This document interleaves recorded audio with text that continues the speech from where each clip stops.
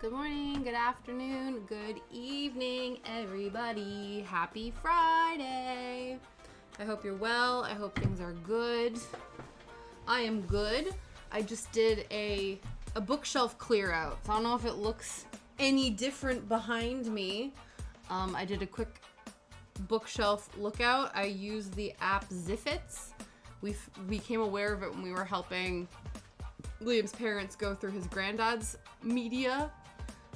And so, yeah, I scanned. So this over here is my big old pile of books and one CD and one DVD that Ziffits accepted, which is really good because sometimes you scan stuff. There's 5 books over here that we want to get rid of that Ziffits was like, we're not taking this right now. I think that's because sometimes there's like an overabundance of that, or it's like not worth it for them because it's literally worth like peanuts. If it's not worth, at least 5 cents, it's no good to them sort of thing. But yeah, so that was nice. That felt like a nice little mini cleanse. The next step will be to obviously, I think there's still a few more things I want to get rid of. I have a few comic books that I probably am going to get rid of, but I want to just reread them, so then that'll only take like a day. So I'm not that concerned about it. But yeah. But I hope you guys are well. I've rearranged because I have all these really cute little knickknacks and things that I've been gifted and stuff like that, and I want a place to display them. And obviously the actual stream room is like too narrow to put any sort of shelving in there, so that's why we have like the posters and the lights and stuff. Whereas with this bookshelf, we got space because there's a lot of books that we don't need or want. So what perfect opportunity to create space to display some cool stuff, because yeah, that's what I want to do. But yeah, so we did a little bit of that today. I think we'll do a bit more at some point. Like I said, I also too, like, there's some books that I want to read, and then once I read them, I'll probably get rid of them. I did a couple CDs. That was interesting. There was only really one that I was like fully like, yeah, I can get rid of this one. I think the nostalgia still has its claws in me, I still have a little bit of, yeah, I'm not fully ready to commit to getting rid of all of the things, but I've made a good start, so that's nice. But yeah, this is what is left of this page. Allegedly, what did it say? I did the math last night. we are 91.6% done this page, and apparently 52% done the entire project. So we will see how it goes. I'm gonna try to get, again, as much done as possible. The majority of this is like 2 colors. There's like 1, 2, 3, 4 colors left of this project. One of them is majority this like darker color here. So hopefully, because we're not going to be switching colors as frequently, that might help speed the process along. But who knows? We are not holding our breath, but it would be really nice to end the week on a finished page. But yeah.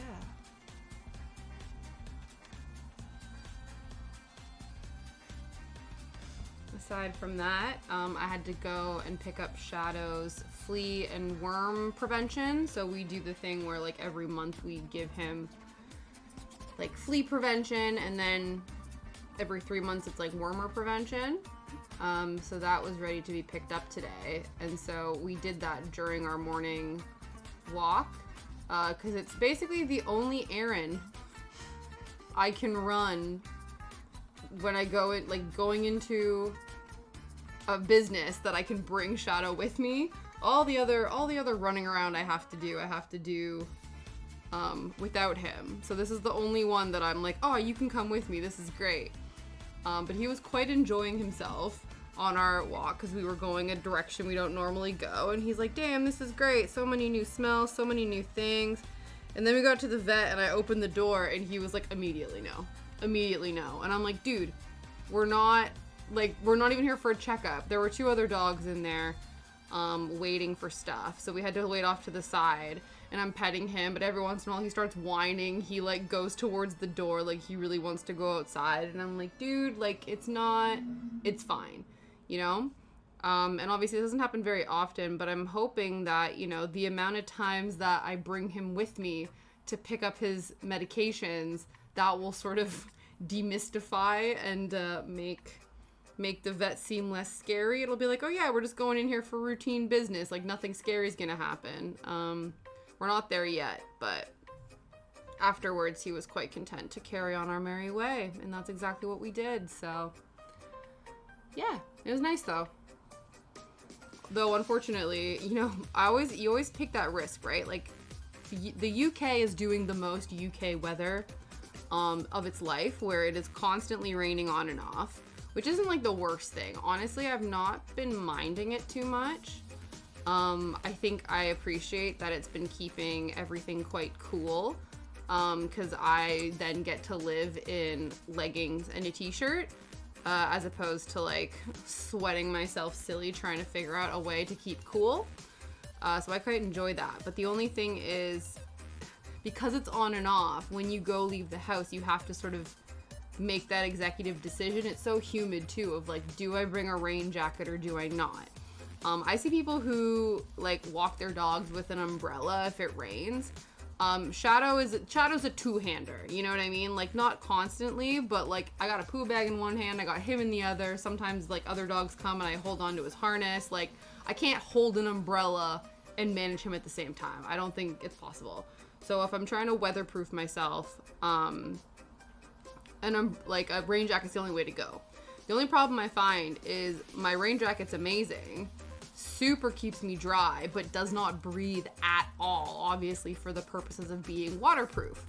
So when you have to weigh up the pros and cons of taking a jacket, if it might rain, you run the risk of it being so humid that you become wet, like on the inside, because your jacket's trapping all of the humid moisture in your body.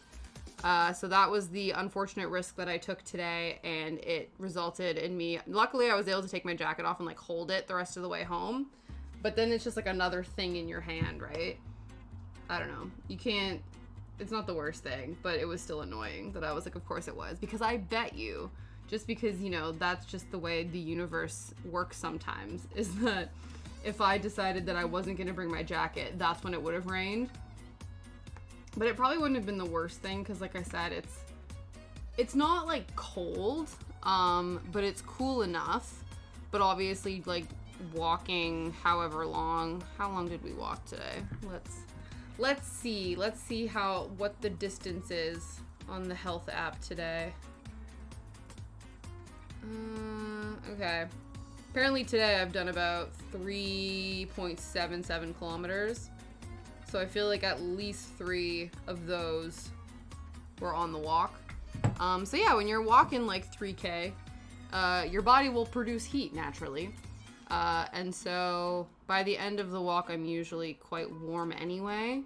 And then yeah, adding a non-breathable coating to the top half of me resulted in some sweaty business. But it was okay. I ran into my neighbor actually while we were walking back, but I think her sons were walking their dog, and so we had like kind of just missed each other. And I'm hoping one day we do run into each other while we're both out on our respective walks, because I think it would be really nice to see, like especially like in the areas that we let our dogs off lead, just to see if Louie and Shadow would play together. Because I think it would be really nice if they had some homies, like if they had little, you know, friend puppy play dates. Because we do think that Shadow does want to like wrestle, you know, but he usually tries to do that with us, and we're like, you need a puppy playmate that you feel comfortable doing this with. Because right now the only dog play interactions that he has is when he like wants to be chased by other dogs, like the running aspect. They don't really play together in the way that like I see other dogs play with each other, which is fine. Like I don't think all dogs have to play the same way, but I do feel like Shadow plays the way we think he would play with another dog if he had that comfort and opportunity. Especially like, you know, like the play biting and stuff like that, whereas we try to discourage that, or we do things in ways that are not gonna be damaging for us. But I do think that he would like a doggy friend to do that with. Or maybe not. Maybe he just, you know, wants to be a people dog, but I think it would be beneficial. So that is my ploy. Operation make Shadow and Louie besties. It's not happened yet, but we'll think about it. I might just ask, like, because our back garden is still kind of like under construction.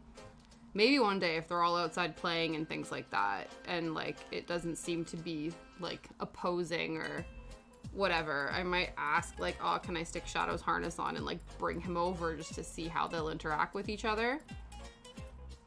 I don't know if that's very bold of me to ask though.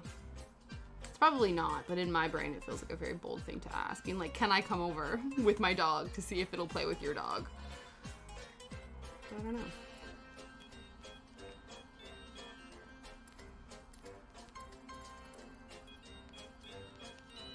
Yeah, order of business is finish this page. This section here actually is part of the next page, and there is a bit more sort of going on over here, but I'm hoping that that will come together quite quickly. Oh, I'm getting knots and things. But yeah.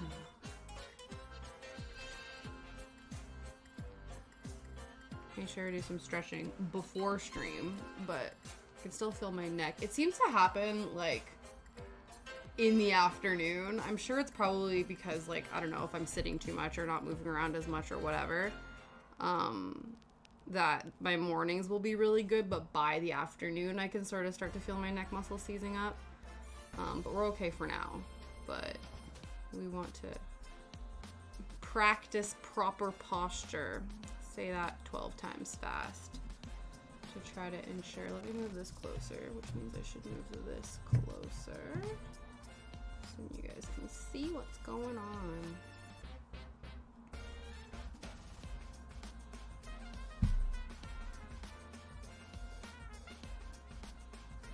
Hello, Kat. Good morning. I hope you are well. Happy Friday. How you doing? Are you counting down the hours till home time already?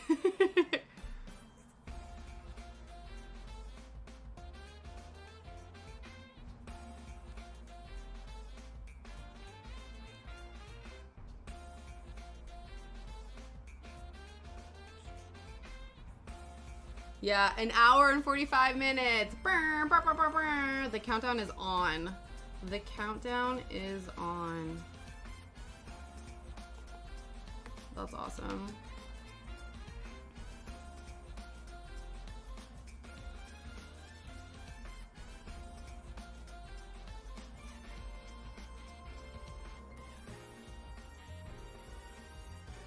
I got an email today from the people that created Pando, so our little Phantasmo ghost in the corner, and I guess they're currently taking votes of like what the next animal is that they're gonna design. And so I think, what were the options? But the option that I think is really great, that I'm super into, is one of the options is a fox, and then a duck and a panda, I think, are the other two options. But I think it'd be really cute if there was a fox one. Not that I think I would switch. I think we're sticking to the little ghosty with the mosty, but just, you know, a fox would be a whole vibe, so that's cute.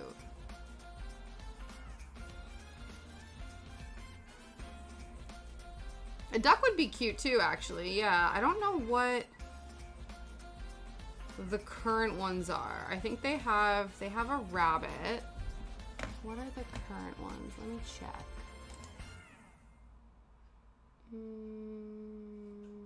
This one.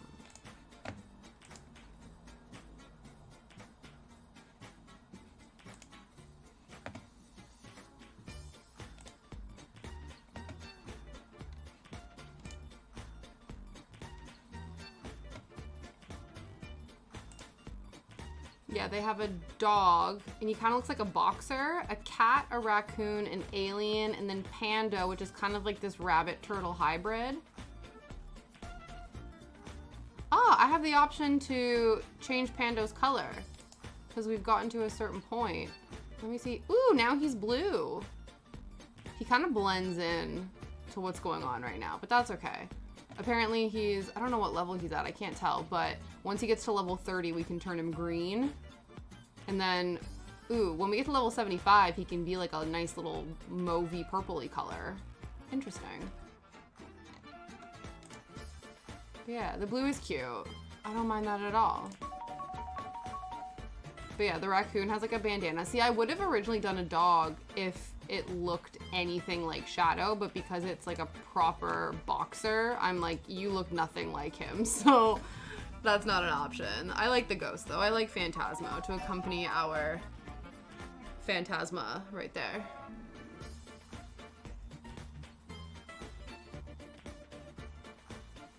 Yeah, I don't know if you guys can see over here. It might be really faint, but I have these like little, here I can actually show you. So one of these things, I got them at the store next. They came in a little set. Look how cute he is. He's a little mushroom buddy. And then he has a little acorn friend and a little pumpkin friend. And I'm like, I needed them. They absolutely, they were a necessity, you know? So now they get to hang out here because there's room on the bookshelf for them, which is super exciting. Right? Aren't they so cute? I'm obsessed. Yeah, so good. I was looking up Halloween stuff because Next was advertising that they have some of their Halloween stuff in, so I was like, gotta check that out. And then I came across, because a lot of stores, it seems like they're currently mixing like their Halloween and their autumn stuff, which is fine because I feel like there is a lot of crossover aesthetically. And I saw those three little guys and I was like, it's a need. But yeah, so it's got a little acorn friend and a little pumpkin friend to go with him.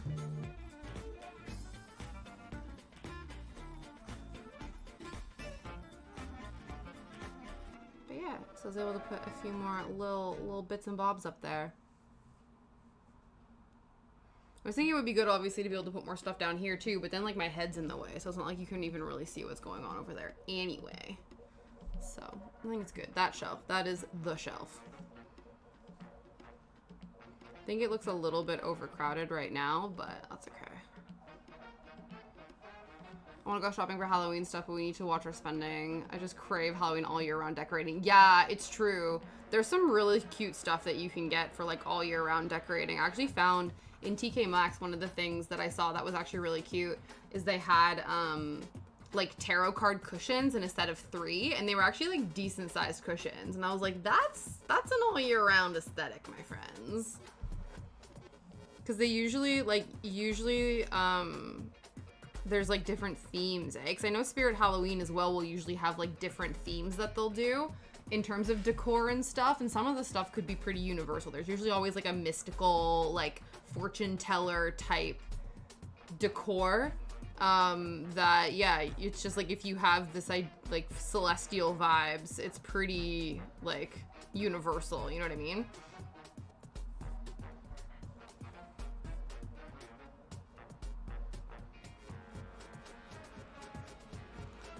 There are gay Halloween pillows at TJ Maxx, and I want them so bad. Those sound amazing.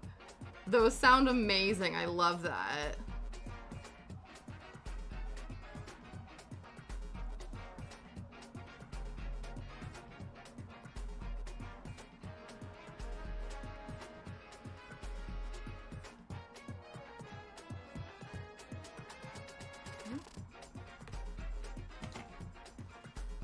Yeah, I wonder why, because obviously here it's TK Maxx, and in North America it's TJ Maxx, and I wonder why the need to change out the one initial. Like, I don't understand. Why is that? I ordered a couple things from the website, because, like I said, they didn't have them in the actual TK Maxx store when I was there the other day. So hopefully they're meant to arrive by like Wednesday. So hopefully. I think they are the same company. So I don't understand why. Because here, TK Maxx and HomeSense are linked, and I think it's the same way in North America as well. I think Winners is also part of that as too. They're like a trifecta. But yeah, not sure why.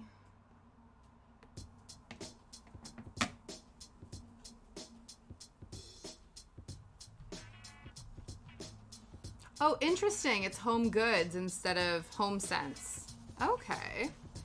Yeah, it's so... I wonder... It must be a thing, like... I don't know, like maybe copyright issues or things like that, where it's like maybe there's already like a TJ that's like super well known. Oh, okay. And then they got bought out by TK Maxx, and so they decided to keep the TJ as like an homage to the original store, perhaps? Interesting. Interesting.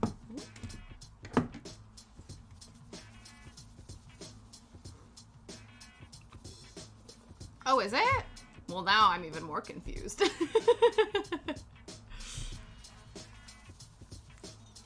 Oh, that makes sense. Yes. To have TJ Maxx and then TJ Hughes, so then they decided to change the K. Yeah, that does make sense. That makes sense. Yeah, so that must be the reason why there's a change in that for, again, there's like a clause within like copyright law or whatever, not that I'm an expert, about like confusing of the brand, or like, yeah, like, so it could almost like confuse customers, so they could think that they're supporting a store that they want, but it's actually not. There's something like that.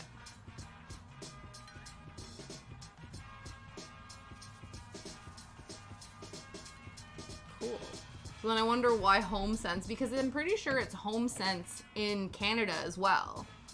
So there must be something about the sense that made it not okay in the US, because it's HomeSense here and also HomeSense in Canada. So again, it must be something to do with like a name also existing that maybe has the Sense name to it. So they were like, nah, we got to change it to Home Goods if we're gonna sell in this market.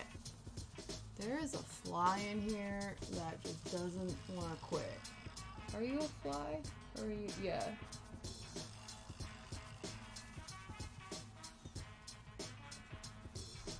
Like, yeah, if you just stay there and don't buzz, that would be great. Thank you very much.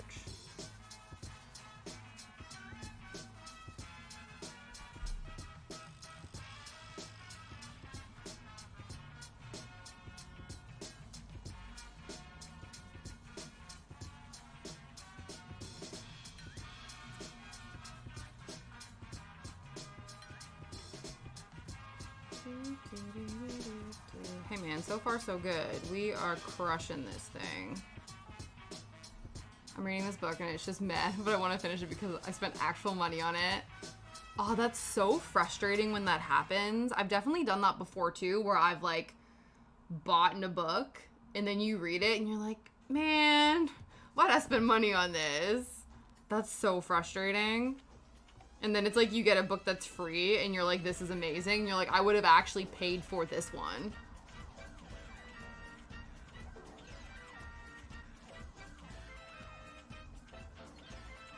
It's not bad, but it's not like fun, right? It's not giving you what you want. You know what I mean? Like it's not happening. It's meh. It's like a 3 stars on Goodreads. You're like, it's nothing to write home about, but also be better.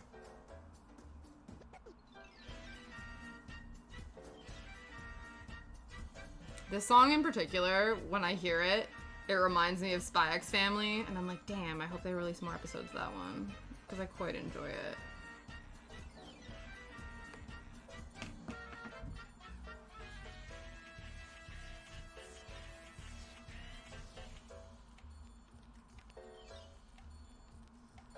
They have repeated the same phrase at each other at 4 separate times. That's annoying. You're like, okay, we get it. You're like, broken record couple much. Supposed to be our halftime show where we did the cantina. Yeah! It also gives that as well. The Cantina Band. Yeah, it's sort of giving... Isn't that thing... Like, in Star Wars? You had to dance? I'm sure it was wonderful.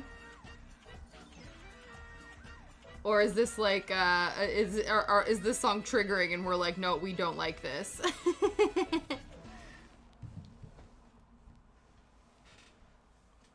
You're like flashbacks to step ball changes and jazz hands.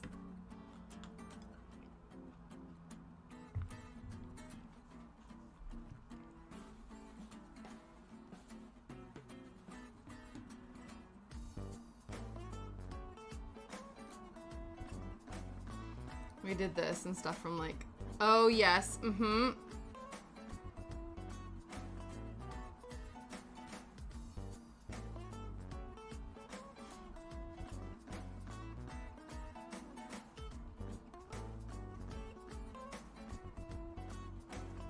That's kind of wild. I never think of like the 30s. You're like, ruh-roh. That's, I guess that would be more like big band stuff, right? Yeah. To be fair, when I was in choir, like there was a lot of classics that we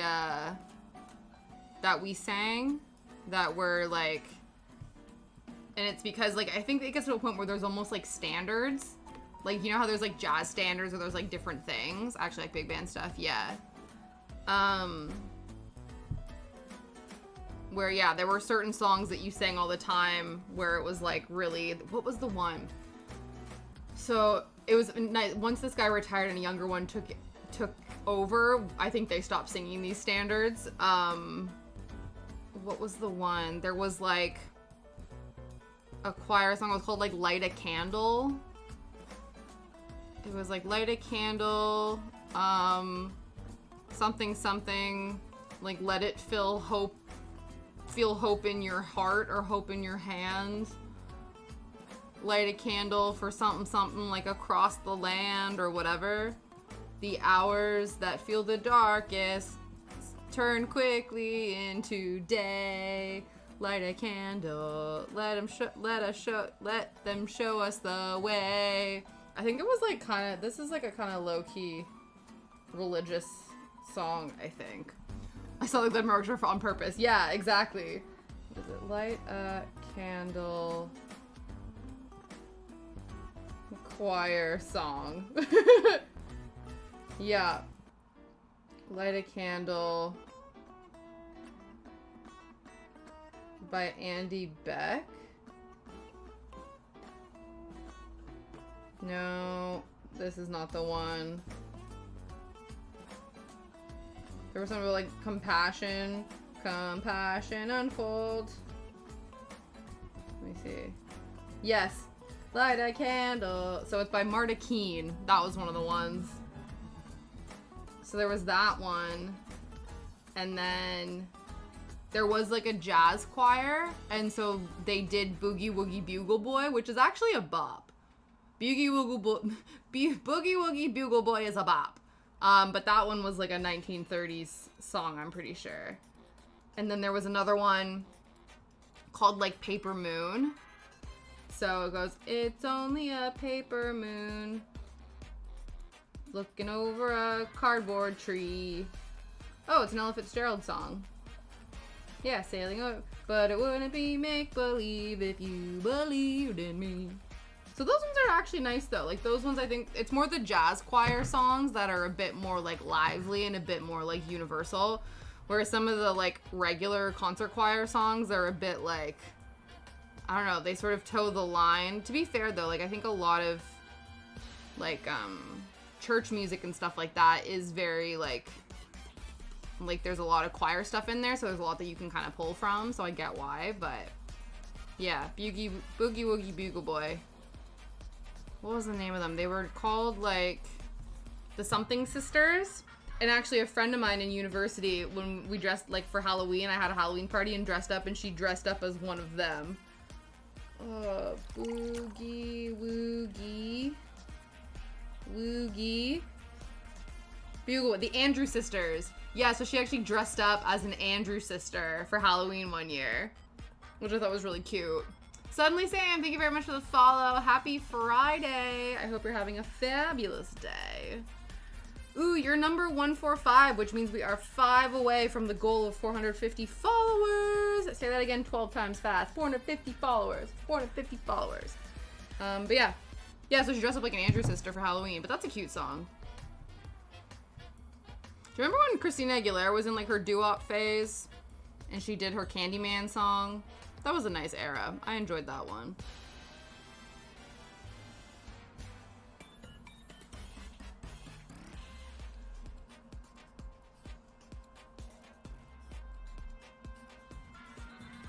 I'm trying to think if I can remember any other songs before, like, because I don't know if it was so the year I wasn't at this school, I think that's when the original choir person retired, and so there was only like a year where I think I had him as a choir person, and then it switched to the younger one, so I think we were doing more like hip modern stuff. So I say hip and modern, we did the song Rich Girl for jazz band, like jazz choir.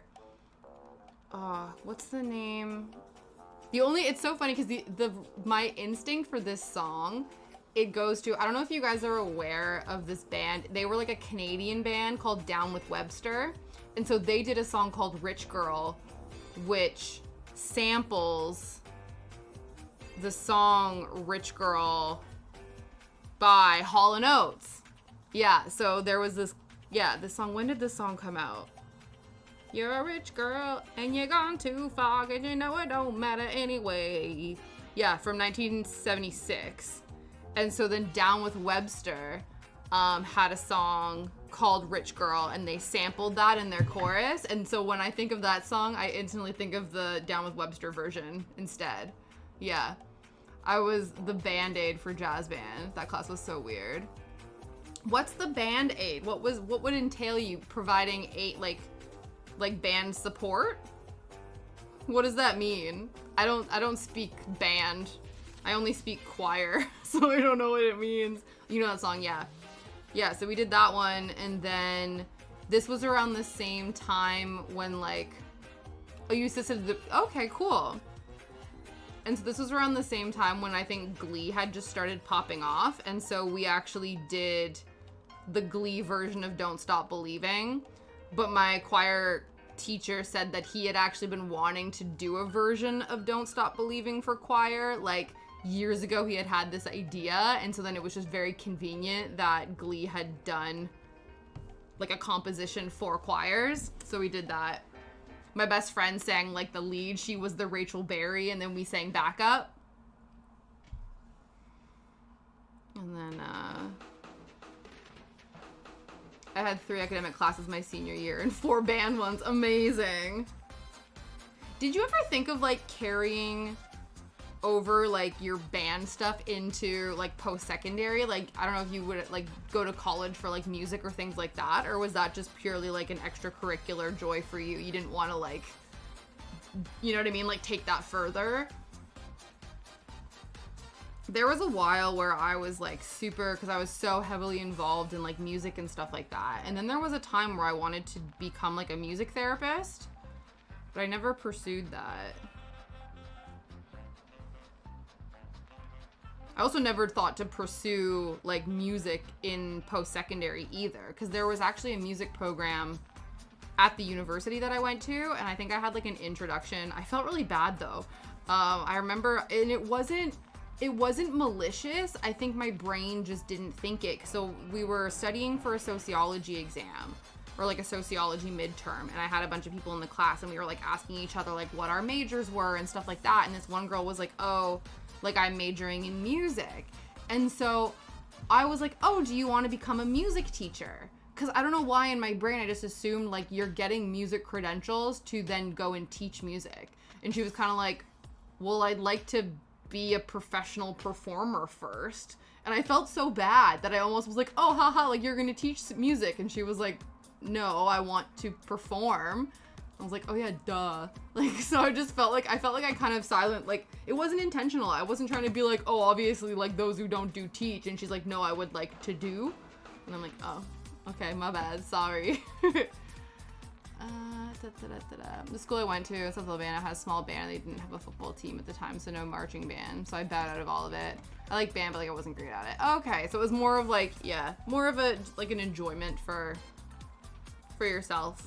And then also, like, maybe the lack of opportunity for that. Interesting. Yeah, I always find it so interesting the way, like, I don't know, like sometimes I think about the...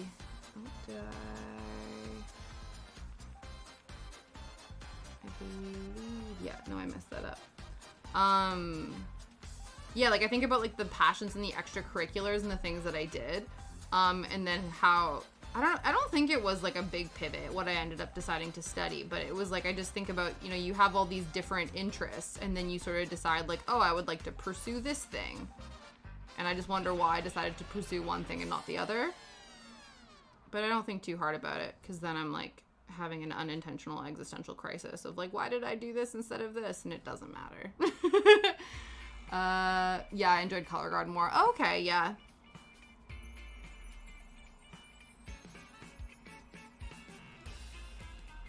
Okay, we are frogging because I forgot to leave a space.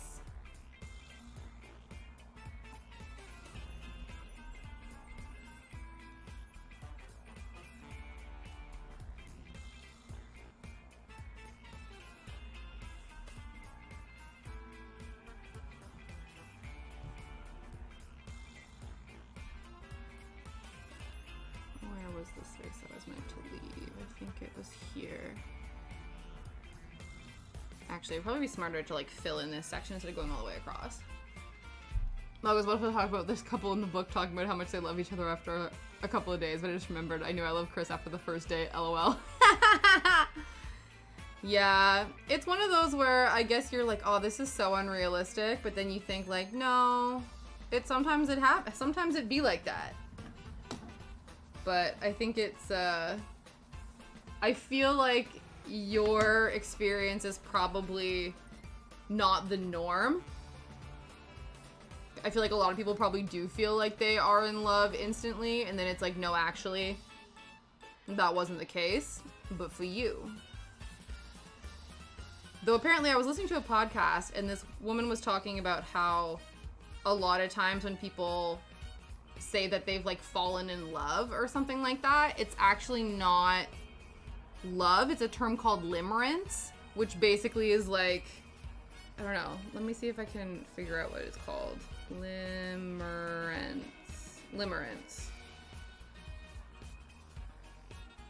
Yeah, so limerence is a state of mind which results from romantic or non-romantic feelings for another person, typically including intrusive melancholic thoughts. or tragic concerns for the object of one's affection, as well as a desire to form or maintain a relationship with the object of love and to have one's feelings reciprocated. Limerence can also be defined as an involuntary state of intense desire. So it's almost like, you know, when people suddenly, like, it's like the love at first sight, and people think that it's love at first sight, but it's not. It's like limerence at first sight, because you are just, like, so taken by a person. But the actual, like, concept of love and to be in love and loving somebody, like, is different. It takes on, like, I don't know, like, there's more foundational stuff you need to have in order for, like, love to be a real thing. So apparently it's limerence. Allegedly. But I've dated over 40 different people over the years, and I do. Yeah, you get to a point where you kiss enough frogs, and so your checklist gets pretty solidified, and you get to a point where you just, like, when you know, you know. I totally get that. I also think, too, like, as people get older, like you said, like, there's more life experience to be had. And so you're kind of like, you get to a point where you're like, nah, man, this is it. Like, this makes the most sense. And I know why, because of X, Y, and Z. And I think that that's so true. Because also, too, like, you get to a point where you, like, I don't know, especially, like, when you're younger, in your, like, teens and early 20s, where you, like, end up in situations that are just so not, or they're so, like, tumultuous, and they're so, like, roller coastery. But that's also because, too, like, just being that age is so roller coastery, because, again, your prefrontal cortex isn't fully developed by the time you turn 25, or it's only fully developed by the time you turn 25. So, like, your ability to make rational decisions, like, doesn't exist. It's really difficult. Your brain that does that, that's responsible for that, isn't fully formed yet. And so everything feels so big and, like, chaotic and dramatic and intense, and, like, it's very push and pull and all that kind of stuff. And it's almost like our brains seem to enjoy that. But then as you get older and get more like, okay, listen, what are the actual foundations of a steady relationship? How does this make the most sense? You're able to then be like, okay, listen, we're not messing around, right? I dated a lot of frogs too, right? Exactly. You get to that point where you're like, listen,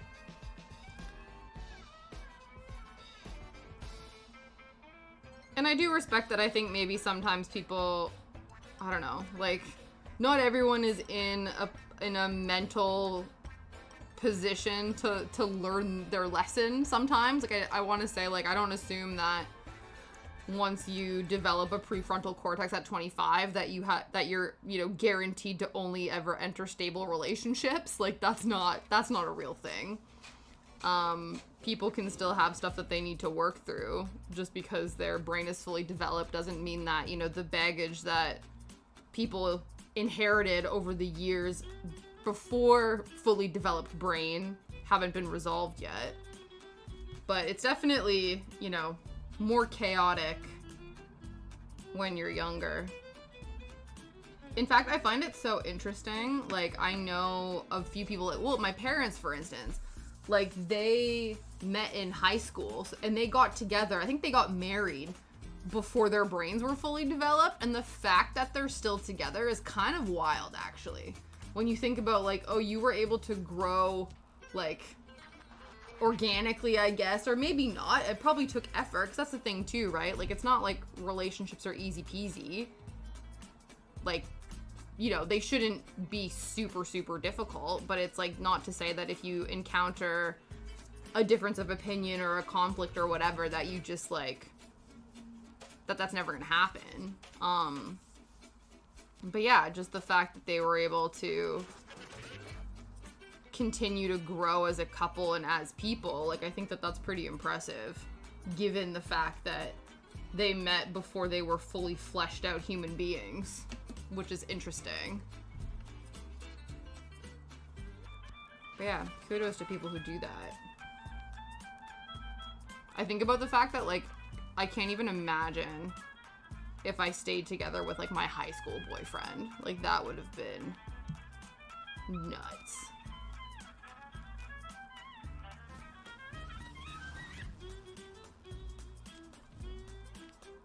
Isn't that illegal?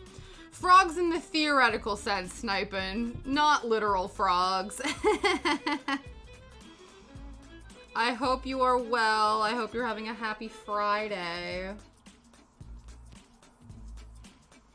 was gonna say, wait till you find out all the frogs I kissed. That'll seem even more inappropriate.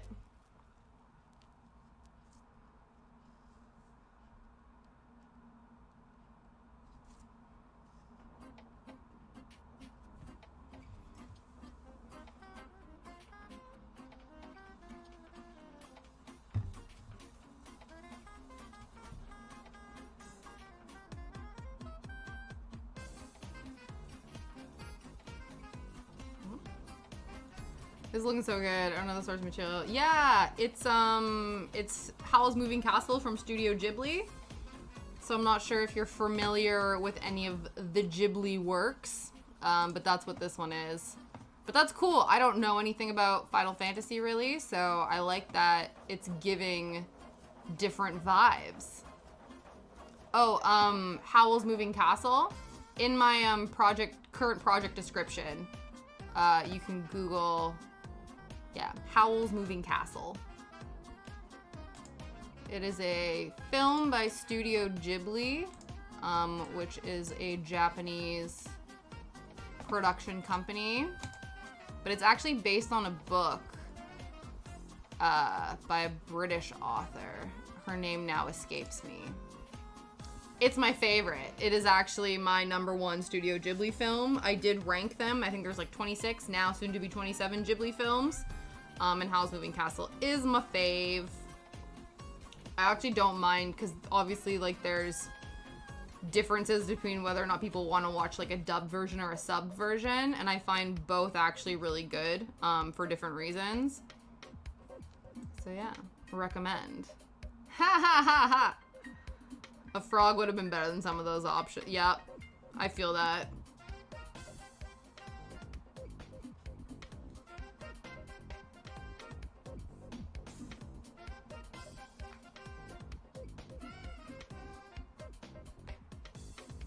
Hi, Probacus! Good afternoon.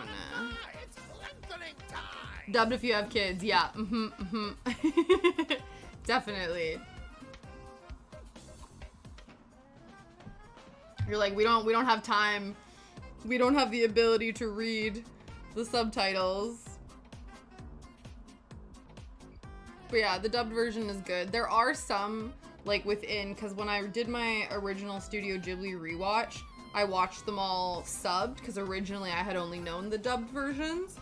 And so some of the dubbed versions I do, some of the sub versions I prefer over the dubbed, but some of the other ones are alright. Yeah, it has been better, actually. I've been trying really hard to have better posture. Thank you for noticing.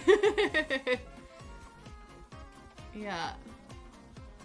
It probably helps that I'm reminded every, Did you? Oh, I'm sorry to hear that.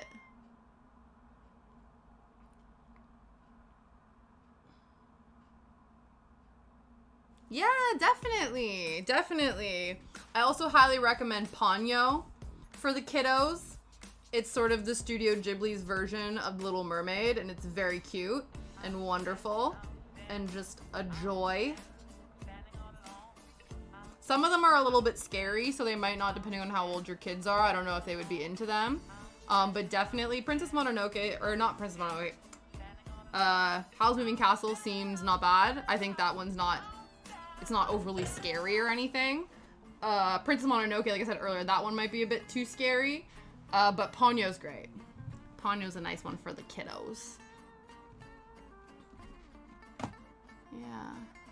And life goes on. Yeah, life does go on. That's a nice perspective, but it doesn't mean that, you know, I feel like you guys were probably together for a long time, from what I remember. So I think it's still important to take time to grieve the loss of that situation. I think that's important. Because even though, you know, it's still a loss, right? Like the end of a relationship, whether it's a romantic relationship or a friendship, I think it's important to take time to grieve that loss because it does have a big impact on your life, right? If you don't want to talk with your parents and you don't want me to talk with your parents, then you can marry your parents. Yeah. Yeah, sometimes family dynamics do get in the way of relationships, which is unfortunate. Sometimes, though, sometimes people want out of their family relationships. I've told you guys, I don't know if I've talked about it before, but my friend married into a very toxic family.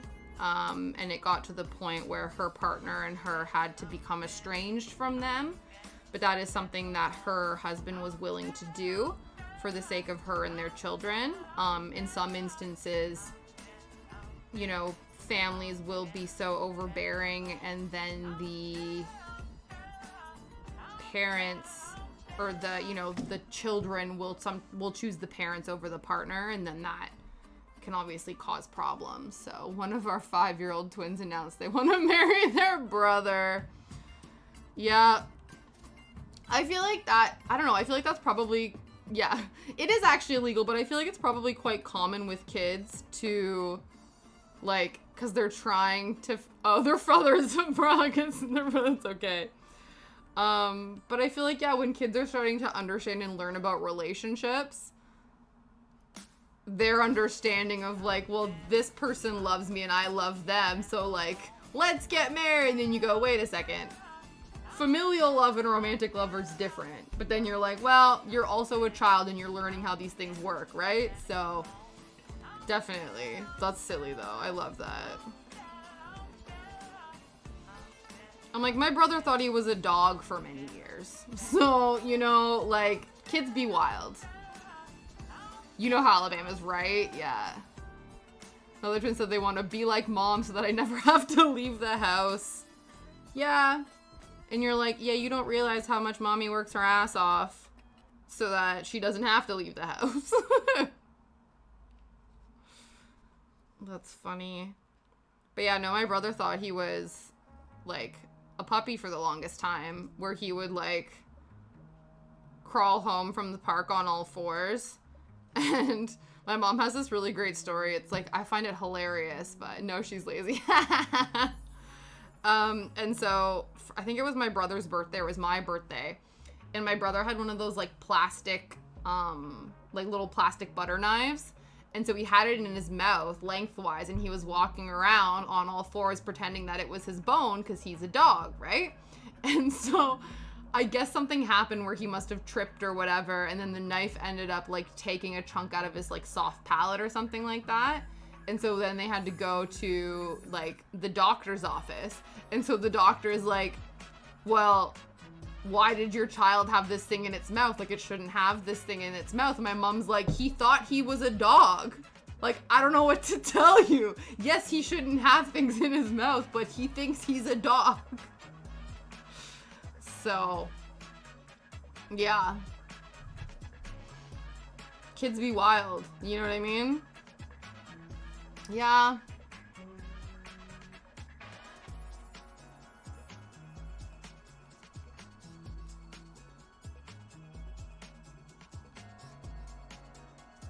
Mm-hmm.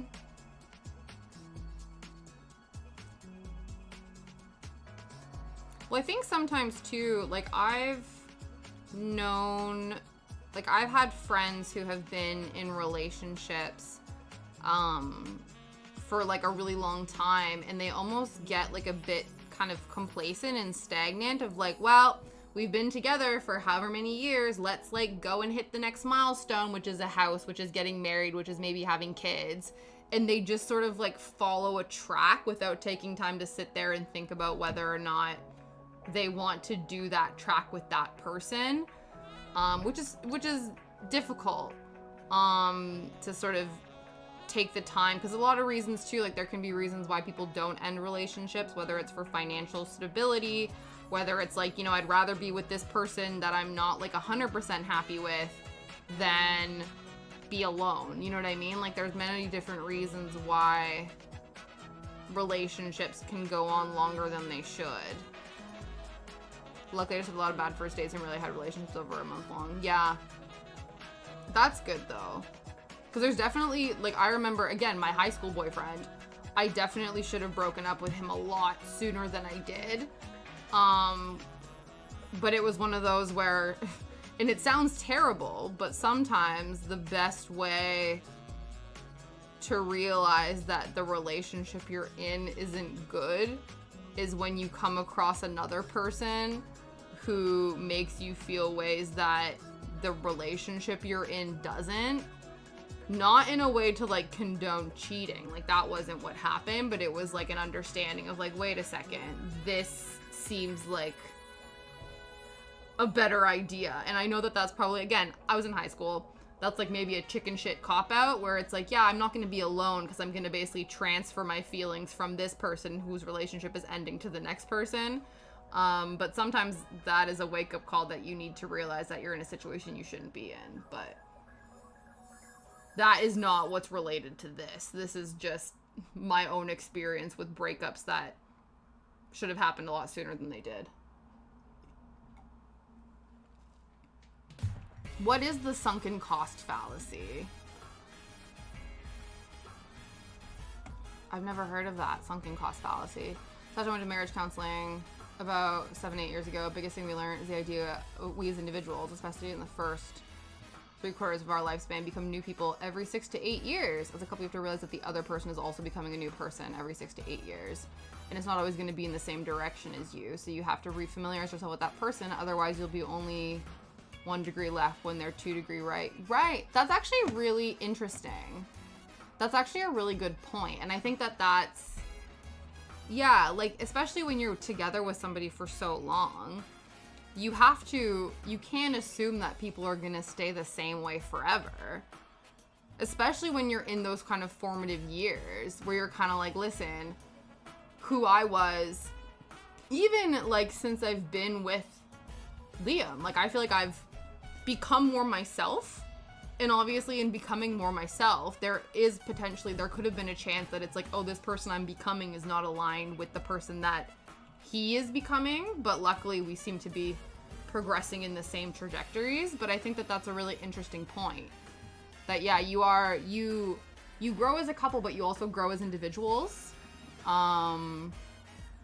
Sunken cost fallacy. I paid $5,000 for a car and now it needs repair, so I'll spend $1,000 to fix it, but then it breaks again and now you're like, well, I'm already $6,000 into this.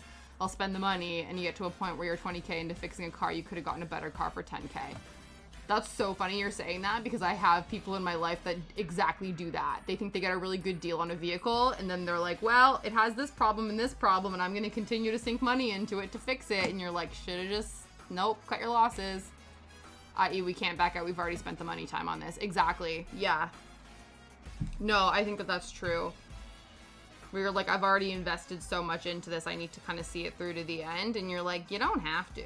You can jump ship. But. And again, it's something that it's not. And again, because it's not. Just because you realize that something isn't a good fit for you doesn't mean that it doesn't hurt to make that realization. You know what I mean? It's like, I feel like you still, again, it's still a loss that needs grieving, even if you understand that you will be better off in the long run this way. It's still important to take time to grieve that. Yeah. Relationships harder because monetary sunken costs, because yes, time is the only thing we can't get back. Yeah. No, exactly. The other thing too, right, is there's not to say, because I've listened to like podcasts and things like that where people have had like really bad abrupt endings to relationships, and somebody offered like a perspective where, like, just because something has ended badly doesn't mean that all of the stuff that happened within that is bad. So you can look back, like, on the relationship still, and even, like, have fond memories, happy memories, like, be like, oh my god, that was so funny, or that was so amazing. Like, not all the good memories get tainted by the ending of something, even if even the ending of something is bad. Obviously that it takes time. Like I said, you have to grieve the loss. You maybe go through the stages of like being angry at the situation, like all that kind of stuff. But in the end, once you have a bit of perspective, you can be like, oh, that was a great time, or that was not a great time, or whatever, and that'll be okay. I'll have to, yeah.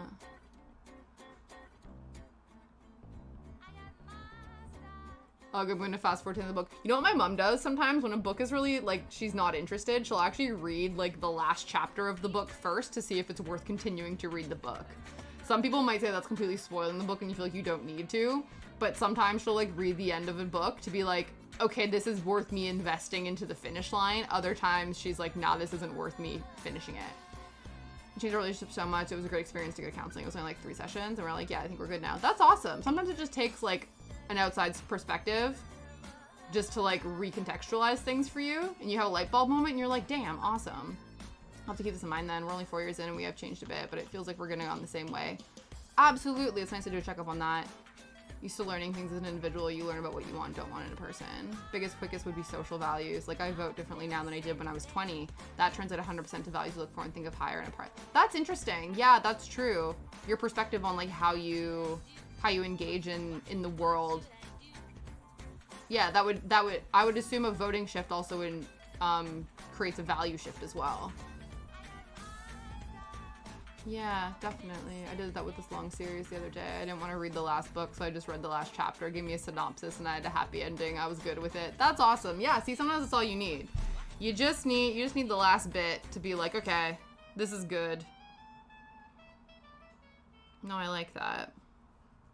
I think the other thing too, you're just like my muffin. I think the other thing too, especially like, I don't know, at least for me, and obviously it depends in situations where, and I've talked about this before in terms of my like anxiety and stuff like that. She reads spoilers before starting a show, so when she visits, she's like, oh, this is the great episode. My friend loves spoilers. He loves spoiling things and he loves getting things spoiled because then he's like gets more excited about finding out about how it actually happens. He finds out a spoiler and then goes, now I want to watch the thing to see how that spoiler like materializes. And I'm like, that's not how it works. Okay, so the miss wanted a house in a local city, so I was saving like mad man to be eligible for local money to get an apartment in the city. Yeah. Well, same here. What my parents wanted me to be and what I've gone so far left. Now my dad thinks I'm going to start burning down Starbucks. That's so funny. Well, she was staying in my house in our village.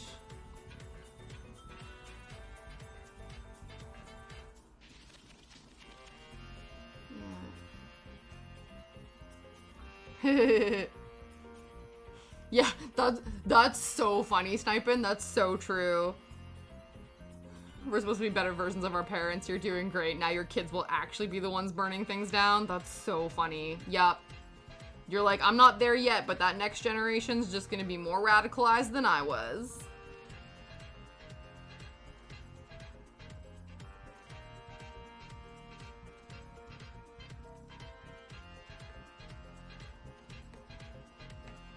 And all the effort from... Yeah... Did you end up getting the place in the...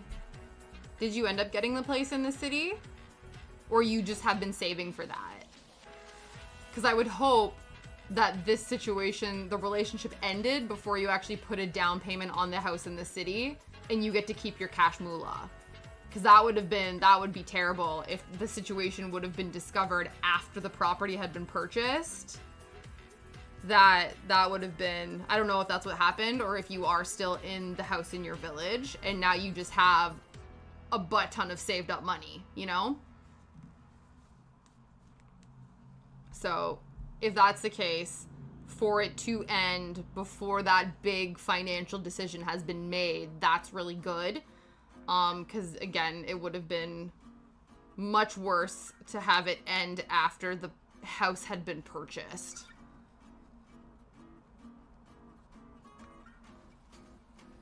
But again, still frustrating, nonetheless, absolutely. Better find, yeah, exactly. Oh, 100%. Nothing anyone will say will make you feel better, but it's just choosing a less sucky path. I think in the current situation, you know both parts suck. Yeah, you know both parts suck, but you're taking the less sucky path. Delaying the suck just makes the suck worse when the delayed suck starts to suck. It's true. It's true. Absolutely.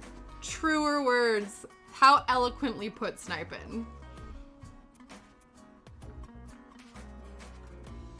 Yes, of course. I think as well, though, obviously this is maybe, you know, too soon, but if anything, yeah, no, not a problem. Absolutely, we can just leave it.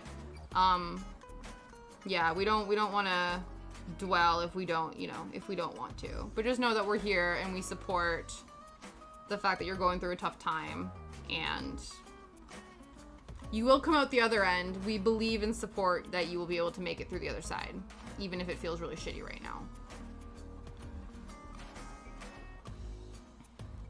All right. Yeah. So, cheers to a new chapter.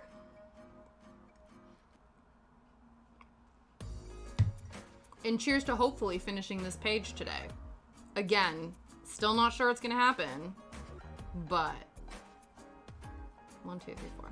High likelihood that we'll get pretty good. I think I did the maths where I worked out like how many stitches were left versus how many I seem to do on stream.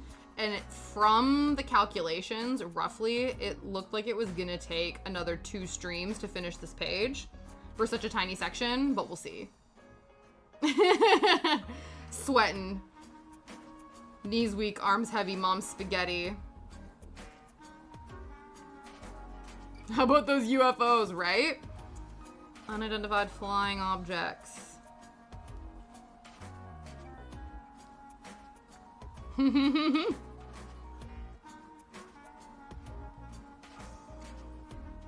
wish they would just take over our government already.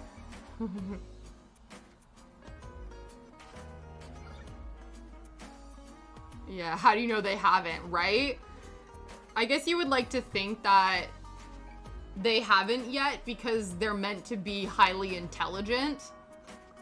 But if they have already, then that's really sad to think that, you know, the life outside of our planet is less intelligent than we are.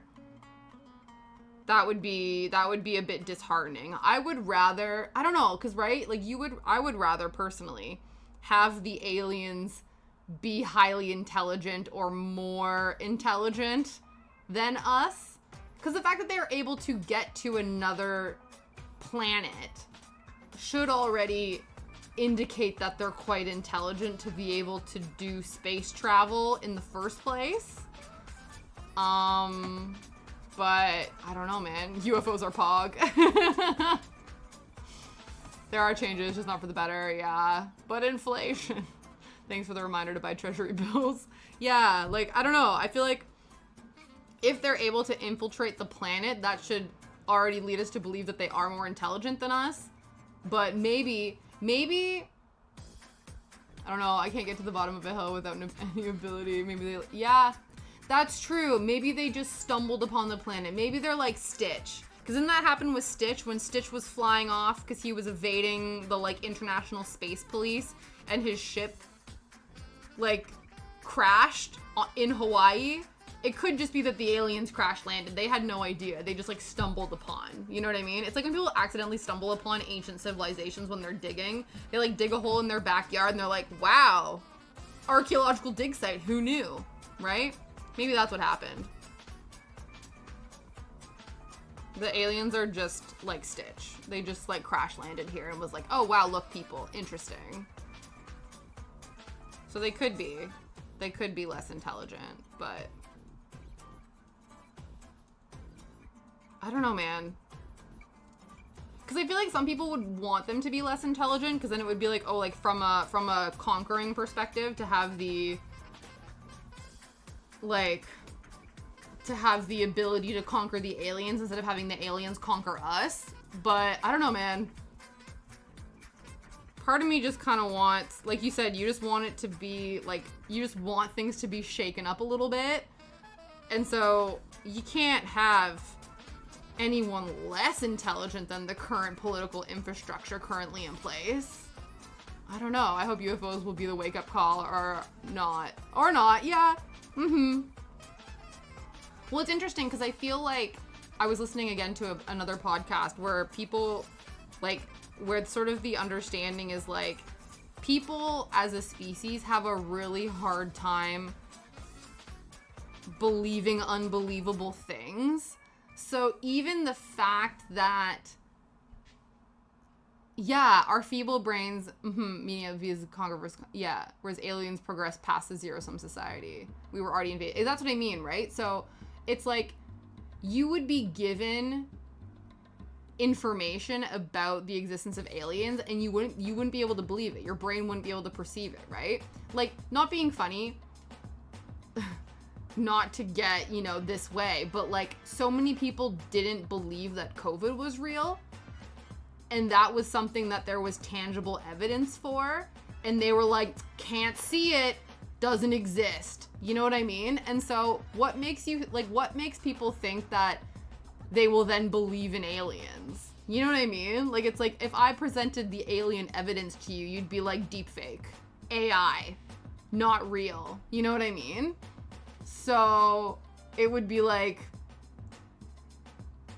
I don't know. I feel like even, like you said, I feel like that's the thing that people are saying. UFOs already exist and are already here and it's already real, but we just don't believe it. You know what I mean?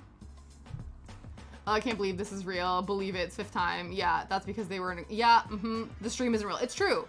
We're in a simulation. Time is an illusion. Nothing is real. This is a simulation.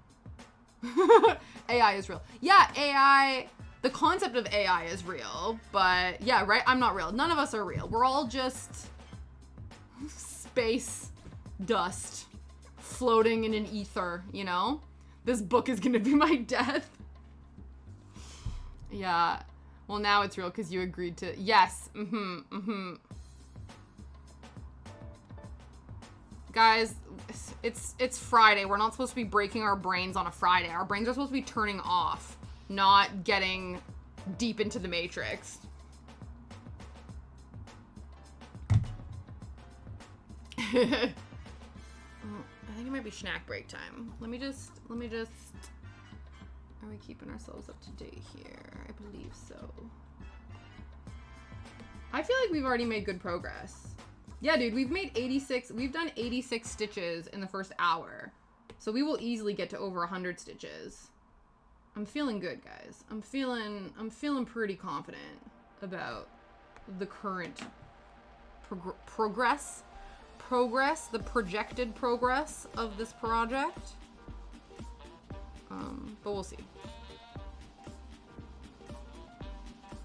Yeah, no problem, Pravakis. You get the ironing done. Heard the former. Oh, did you say progress or progress? Now I don't remember. Progress? Progress? Now I don't know. Progress. I'm happy with my progress. Yeah, I think I said progress.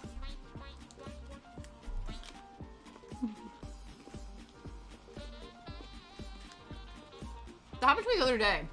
Somebody questioned my pronunciation of something, and then I was like, now I don't know how I pronounced it. I'm not listening to myself when I talk.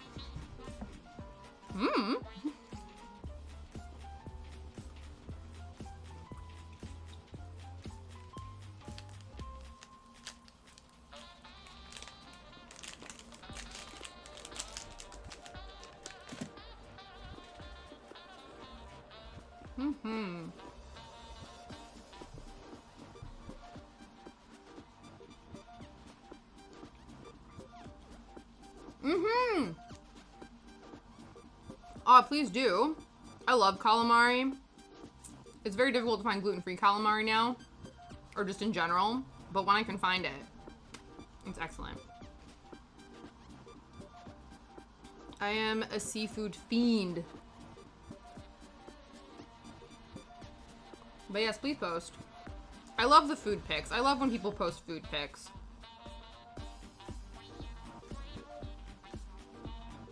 I had really good calamari the other day. I don't remember where it was. Thai place. Oh, cool.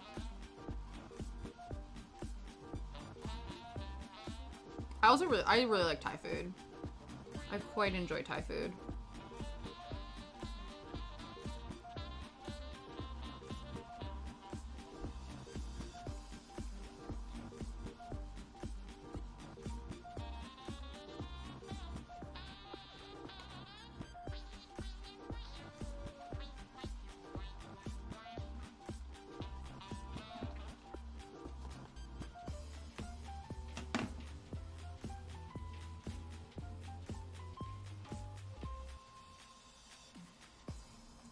I think we're going to flip this and park it here.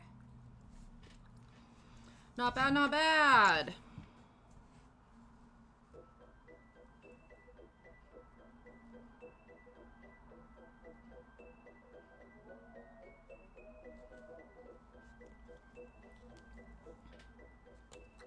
Where'd my scissors go? There they are.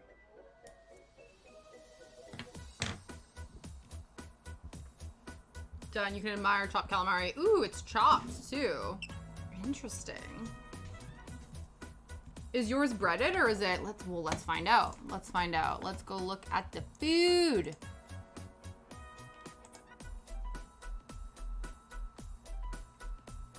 With groats. What's a groat? I don't know what that is. It looks really nice. The salad also looks really good too. Look at that. Wowie wow. It almost looks like, ground meat. Like it looks like a mince situation. But I know that it's not. It's squid. It looks very tasty. I also spy a teapot on your tablecloth and that makes me happy. No, it looks really good. It's a nice fresh looking salad. Is that jalapenos or peppers in the salad? It looks like hot peppers in your salad as well. Cute. Love it. It is. Oh, nice. So you like a bit of heat.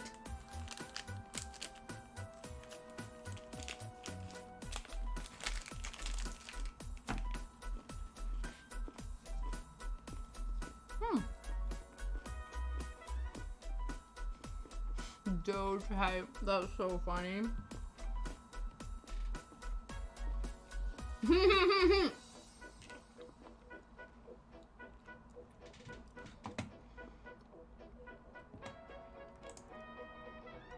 I've not gotten one of these bots in a while, actually.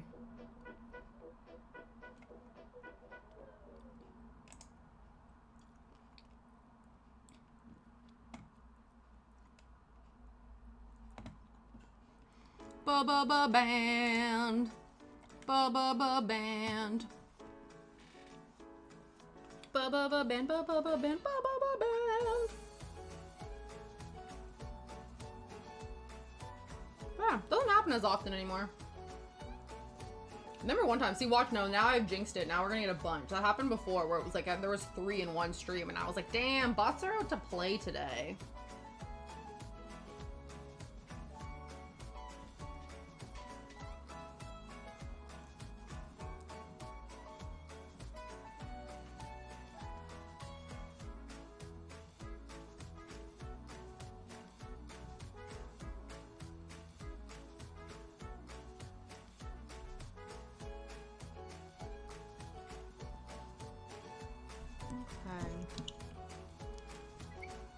I don't know, is it naive of me to think that maybe we can actually get this page done? That would be wild.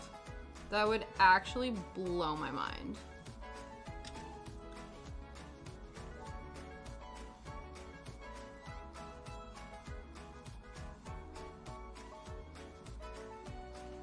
Check out Binary Bouncer to ban all registered bots. Actually?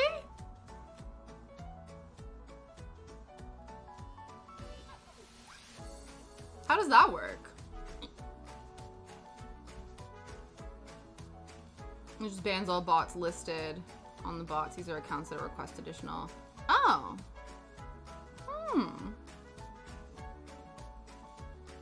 Doesn't happen often, so I don't actually mind. It gives me something to do.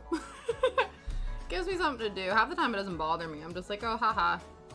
But that's good to know. If it ever gets out of hand, that would be a way to do it.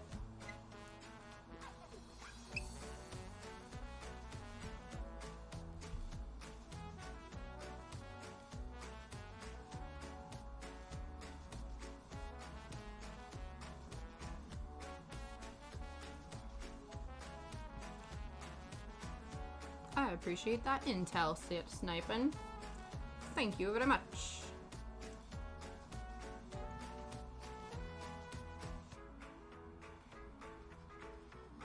It'll be used in chat, like,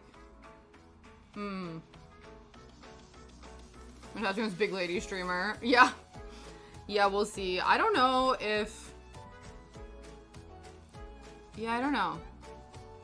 I was thinking about that the other day, how I think if I did want to become Big Bad, that account, that's so interesting. It's just like lurking in there?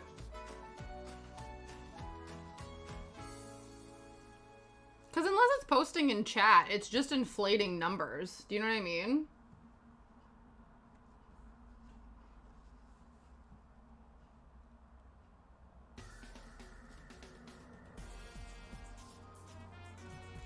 Right? That, like, not being funny. Like, that's how I feel. They don't count them as views. Oh, okay.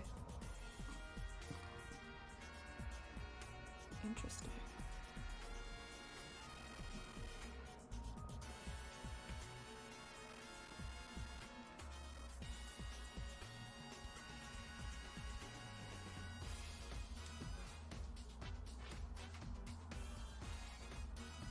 I guess it would be one of those things that it would become a problem if I go to look at like my stream stats and the stream stats don't reflect the like active viewer numbers, then that would be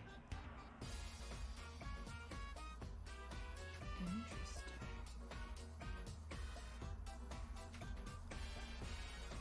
And you can't register as a bot by Twitch to get additional API access. Isn't counted as a fee. They just sit in channel skimming data. Interesting. The more you know, and knowledge is power. Schoolhouse Rock. Does anyone remember that show? I don't know if it was a show or if it was just like a thing on like a game. No, it must have been a show. And then you could get like computer games based on Schoolhouse Rock. Am I wrong? I can't remember. I think that's how it worked. That's how I knew about the process of making a bill a law in the United States, because there was a song about it on Schoolhouse Rock. I'm just a bill. Yes, I'm only a bill. And I'm sitting here on Capitol Hill. Burn, burn, burn, burn, burn, burn it. And I'm gonna be a law someday. Oh, I hope and pray that I will. But today I am still just a bill. Wasn't gonna be relevant to me because I didn't live in the States. But I still remember that jingle.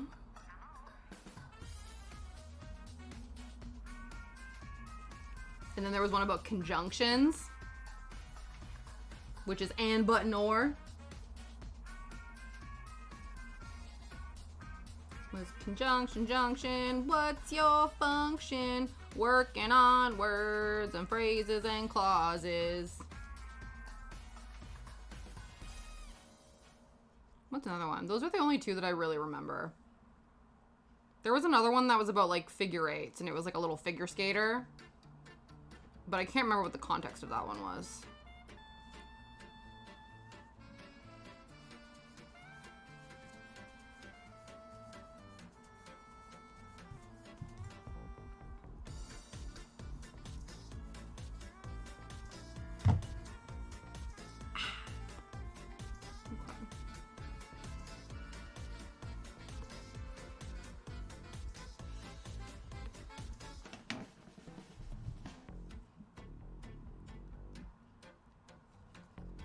Trucking along.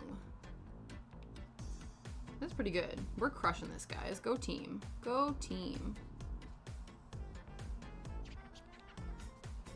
I think we'll probably, because last night I managed to finish this lighter color that was left on the page, all of those, and then I think this one we will then finish all of this color on the page shortly. Though there's some random ones over here, so maybe not. These ones will finish. We'll try. It'll just involve a lot of counting, which is kind of annoying, but we can do it. I believe in us.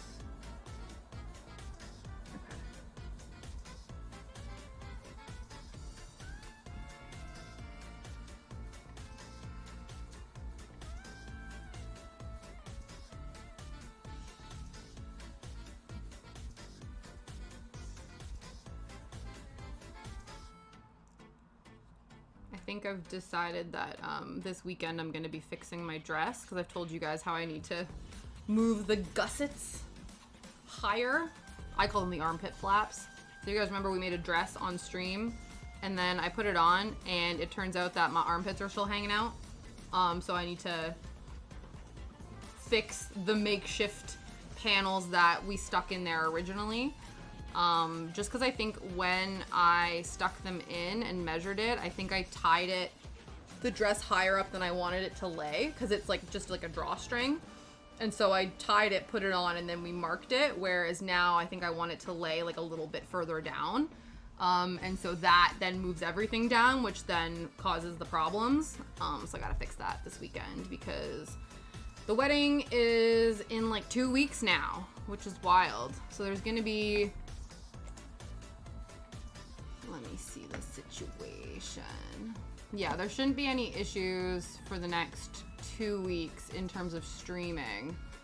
And then 22nd and then 24th. Yeah, the 25th there will be no stream because I will be in another country. But it shouldn't, that's only one day. I wasn't sure if it was going to affect 2 stream days or just 1 stream day. And I think it's only going to affect 1, so that's good. That is unless oh, actually, I was just thinking too, one of the things we have to do, because you know how before my reception, I did like a get ready with me, because I was like, damn, I haven't worn makeup in forever, I don't know how to do this. We might have to do that again, because I need to figure out, 1, the makeup I'm going to be wearing for it, and 2, how the F I'm going to style my hair, because it's all meant to be really hot, right? So I would like to style an updo of sorts. That's not just me chucking my hair in a ponytail. But the problem is, I don't know anything about, like, doing my hair. Like, I don't, like, unless I'm curling it, like, that I understand the mechanics of. But in order to do any specific, like, coif arrangement, no idea. Not a clue. So we're gonna have to practice. Maybe I try to do that this weekend as well. Just because, yeah, I have no idea. I know I want it to be up because I don't want to be sweating too much, but I don't know how to make it look cute and not just look like, you know, the way my hair is always up.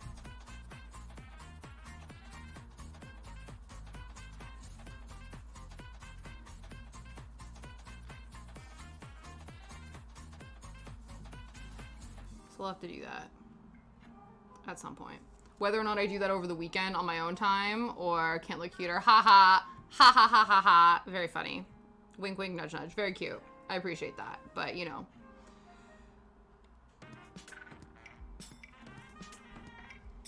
Isn't it? I don't use makeup to hide. I use it to augment the features I would like. And maybe hide the red dot on my nose. But other than that.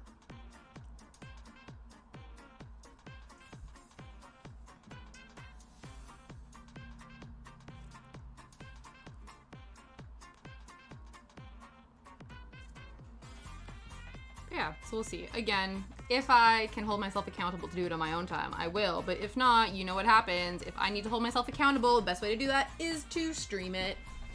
So the only way I keep tabs on myself of like, you need to get this shit done.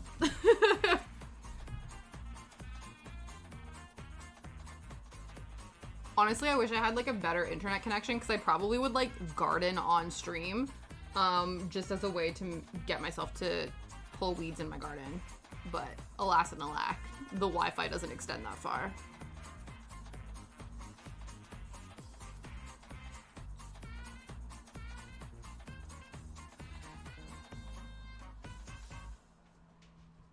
We just have to hold ourselves accountable to other things. Oop.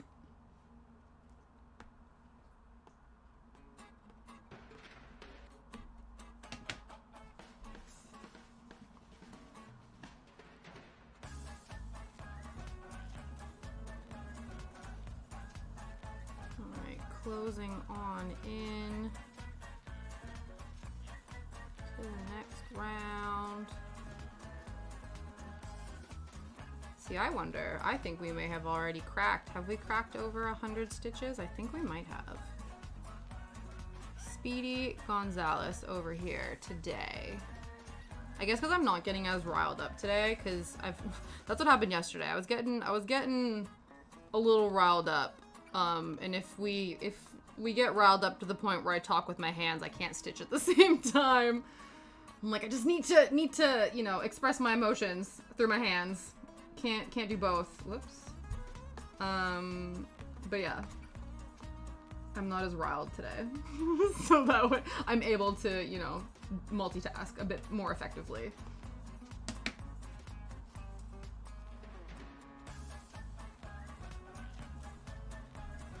Boom, that side's done. Now we move over here. Let's see, actually. Yeah, 113, baby! We are making excellent progress today. Love it.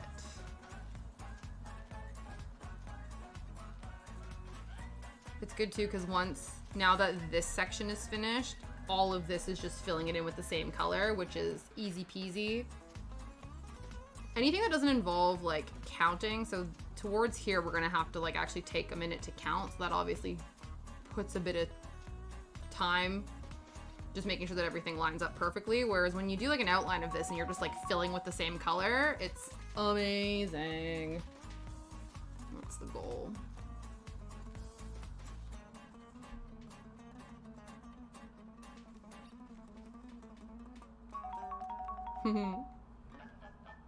Oh, throwback Tash. Okay.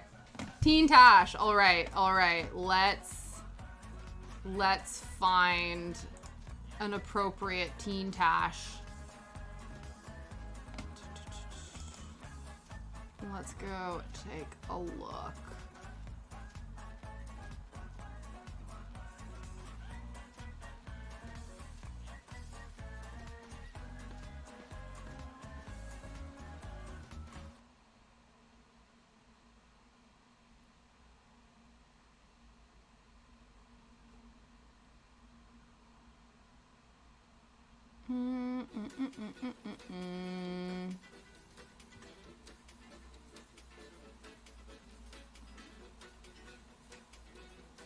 Oh, maybe this one. Okay, I think I know. Image. Okay. So this one, I remember I was in the 10th grade. Was I in the 10th grade? 9 or 10. Because this is when Facebook was still a big thing. And I remember like going out of my way to take this photo, and the first time I uploaded it landscape wise instead of portrait wise. And I thought it looked like I was like the star of my own album cover or something like that. I thought that I was like being really cool. I had this shirt for forever. It was a tank top that had this like sparkly scarf on top of it. Yeah, and I was trying to do something where I was like, oh my god, like I'm so edgy. Like this is like my like Rolling Stone photo shoot picture or something like that. And I just remember this boy that I had a crush on, like we were joking and he commented on the photo like, why are you yelling? And then my other friend was like, shut up so-and-so, to like put him in his place. But yeah, it was like flirty vibes here. But yeah, I think I even like did my makeup for this too. Like this was me actively being like, I'm gonna take a new Facebook profile picture. And like tried to look super cool. Yeah, this must have been the 10th or 11th grade, because I remember when I was in the 10th grade, I repainted my bedroom. So I had like red, it was sort of like, Phantom of the Opera color scheme. So I had like a white wall, like a reddish white wall, pinky white wall, a black wall, and then 2 red walls. And so this was actually like, I don't know if you can see the wood right here, that was my door frame. So this was like where I posed, like right behind the door to my bedroom. It looks like promotion. Exactly. I'm trying to channel my like inner rock star as like a 15, 16-year-old. But yeah, so that's Teen Tash trying to be her own album cover. Yeah. I remember thinking I was so edgy and cool, and then when my crush was like, "Why are you yelling?" I was like, "You just don't get it. It's just like so cool, and like you just don't understand." I'm like, "It's called art. Look it up." So when is the debut? Yeah, right? Actually, funny story. Well, I don't know if it's a funny story, but in primary school, so this was like 11, 12, maybe 12. I was 12 years old because I graduated grade 8 when I was like 13, started high school at like 14. So I was in my elementary school's rock band. And we actually did record an album. It was part of, so all of like the concert band, the jazz band, and the rock band all recorded and put on this album. So I have like 12-year-old Tasha performances on CD.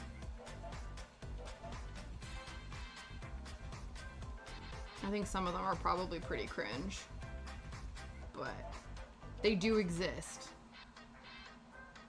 Along with my brother being on, you know, the what is it? The jazz band's rendition of La Bamba playing the trumpet. The trumpet! Is that what Lou Bega says? The trumpet! Yeah, my brother played the trumpet in the concert and jazz bands.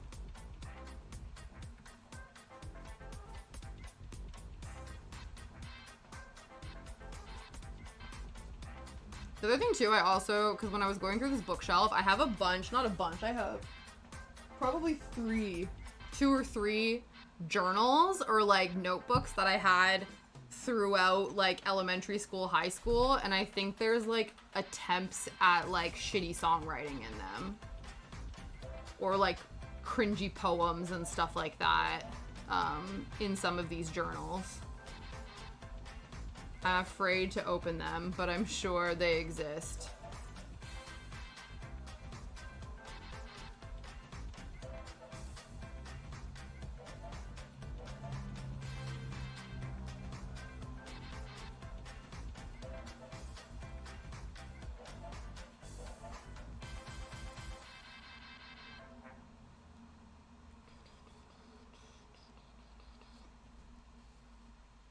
Check it out.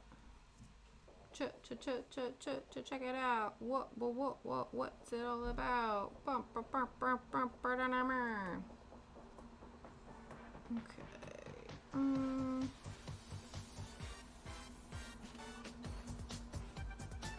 Yeah. Yep.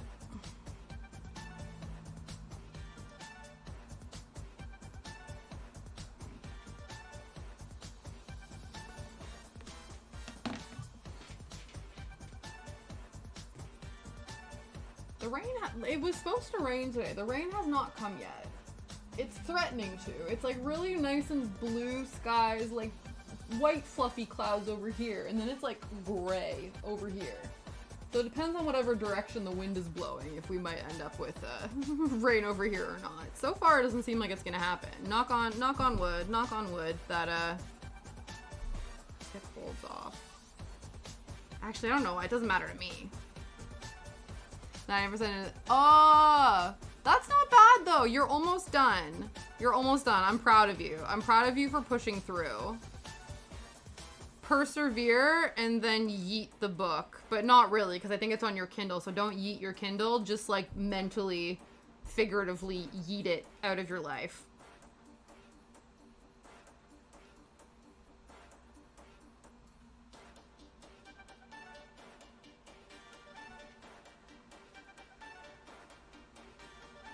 I skipped chunks of text that wasn't dialogue. That's fair. That's fair. You're like, I don't care about this exposition. You're like, wah wah.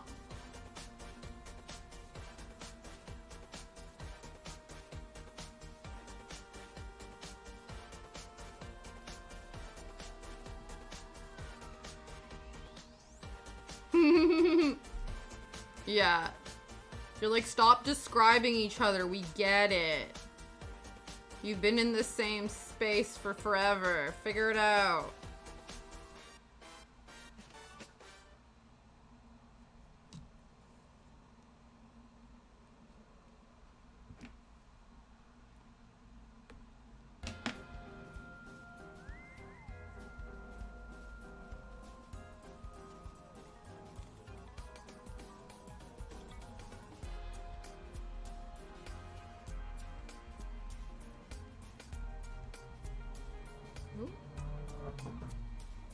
I don't know if you guys heard that.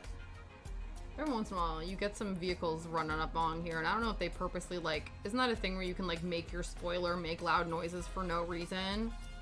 Sometimes you get one of those cars that it's like, and I'm like, calm down. Stop overcompensating. You don't need to be that loud for no reason. Sort yourself out. That's an airplane.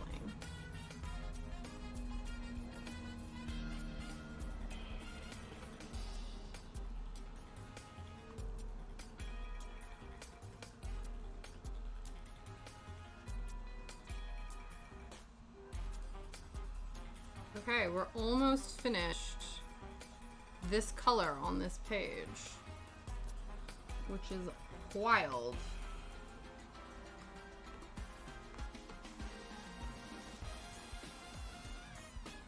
Is there...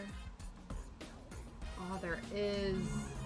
There's like 1, 2... That's gonna be really annoying.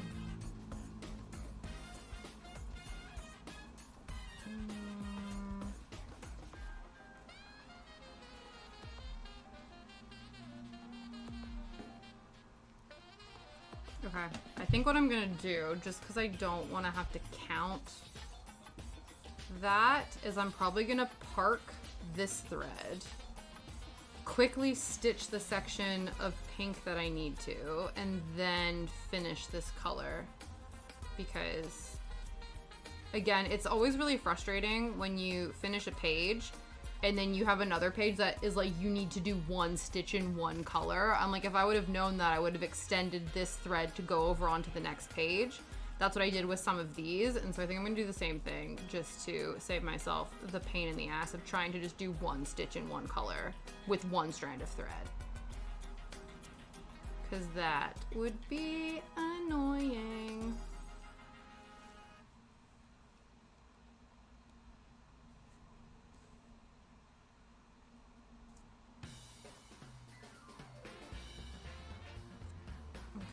So we're going to park that there. We're gonna grab another thread or another needle, and we're going to do this section that extends onto the next page where the 2 singular stitches in this color are, so that we can just extend that and not have to worry about it. So we're actually going over into the other page, but like, listen, it's fine. It's for a good cause. It's purposeful. And also, we're almost done that page as well, so if anything, we're killing 2 birds with one stream.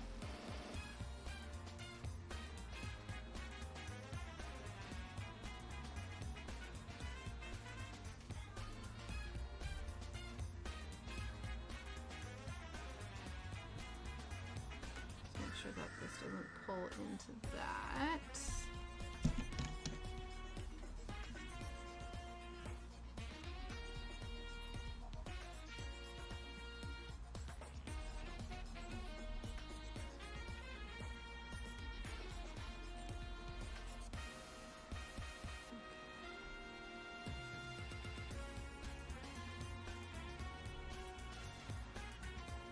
Oh, that's annoying.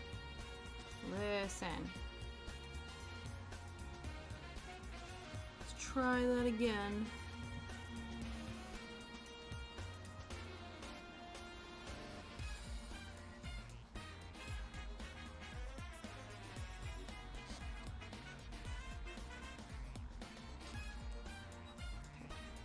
Hold that. Do not run through. There we go. Nice and gentle.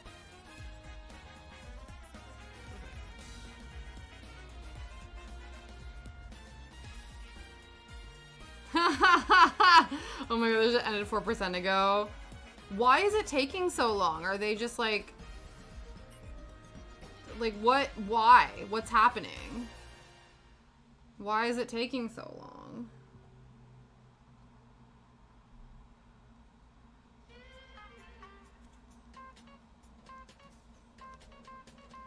Just randomness? Really? Just like complete random, unnecessary stuff.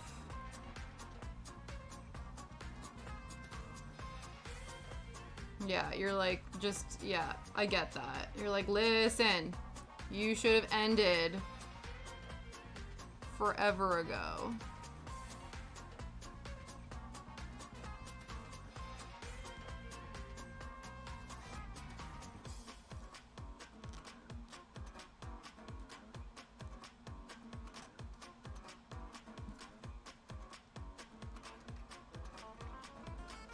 Oh, an apple.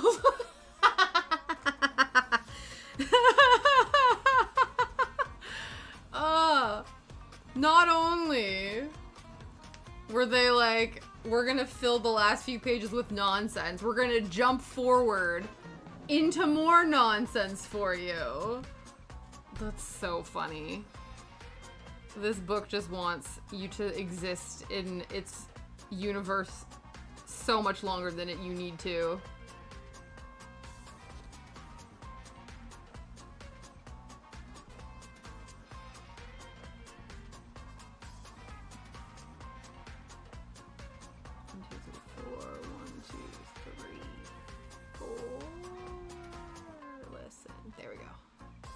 Apparently it was the third in the series? Really?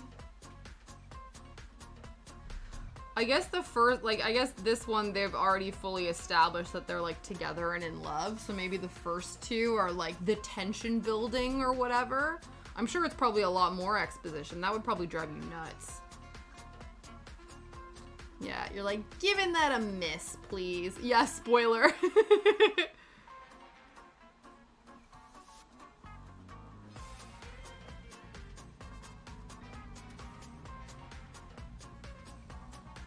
Oh, they were different couples. Oh, interesting. So it would probably, do you think it would just be like more of the same? Probably. Like, what new perspective would you offer?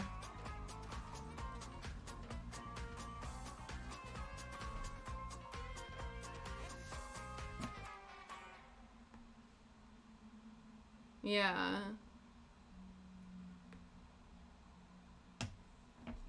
I'm so used to gay romance too. This is like so boring. That's funny. Yeah. Straight romances just be vanilla as hell, I guess. You're like, we get it.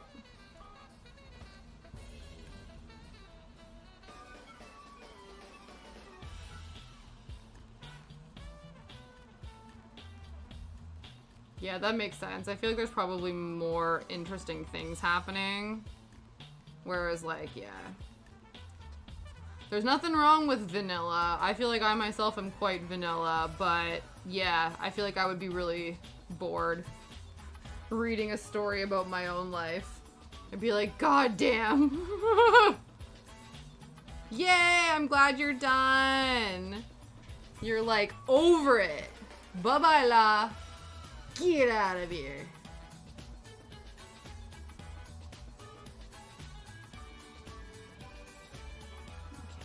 It's 1, 2. And over here. And see now. We can stitch. Oops. This one. here. Pop this one up here. Hope that they don't get tangled in the process. Doesn't look like it. Excellent.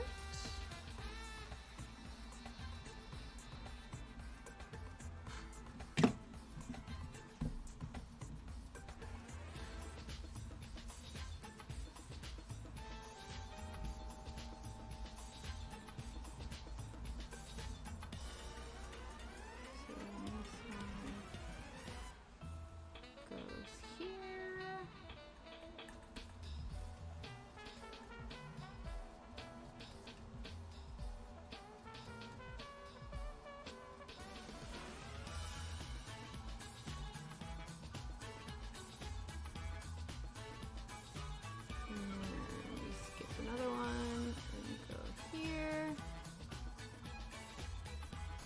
And once we finish this, we can then finish the brown stitches on that side, and then we can flip over to the other page to get the two at the end. Amazing.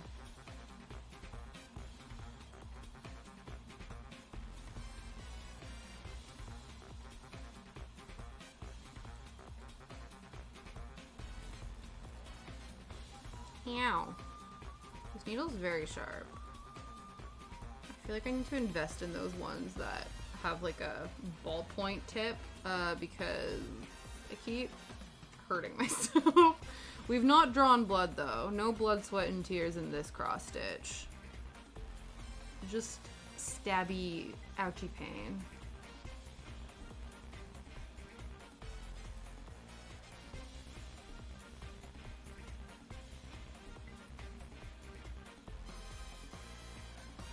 Okay, 1, 2, 3, 4, 5. 1, 2.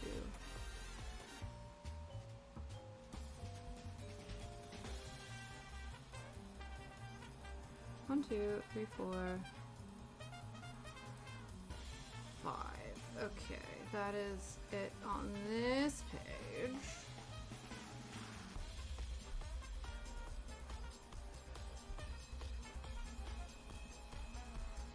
And then we turn the page. Turn the page. Sorry. Okay. So then this one then gives us 3. 1, 2,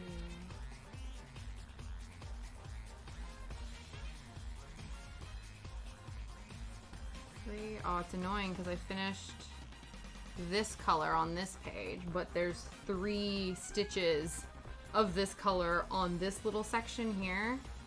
That's fine. 3 is a little bit better because you can still like catch the threads and stuff. Yeah, no problem, Kat. I hope you have an amazing weekend. Thank you so much for stopping by. Enjoy your early finish today, and I will hopefully see you next week. Bye. Okay, 1, 2, 3.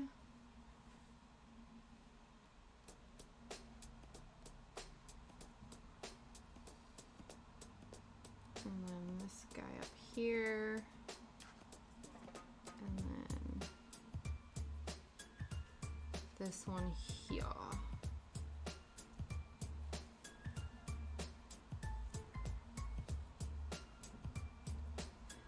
Excellent. So now we can do that. No problem. No worries. Hakuna Matata. Go through. Finish this. Did I finish my granola bar yet? I did not.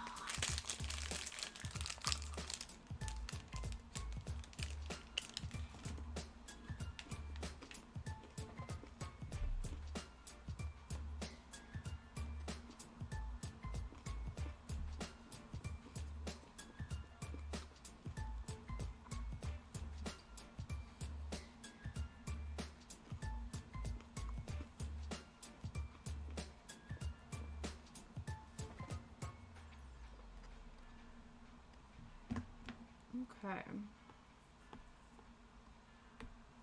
Listen, bug.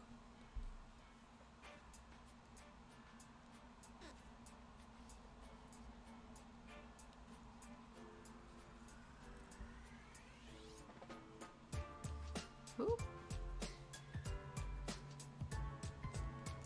Boom. Okay, so now this color is done on both pages. Let me just triple check, because that would be really frustrating if I missed one. Nope. Okay. Cool.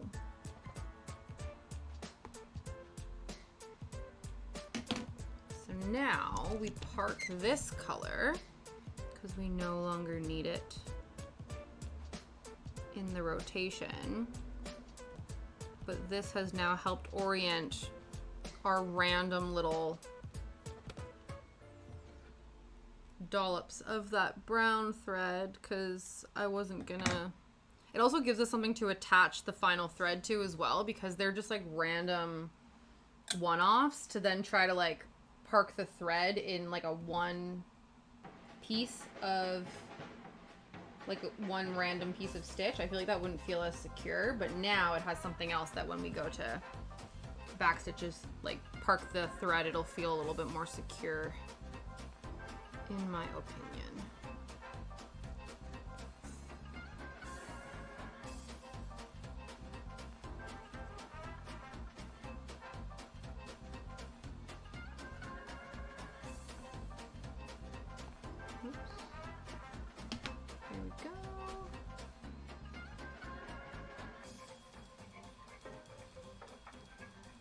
Would help to secure this a little bit again. There we go.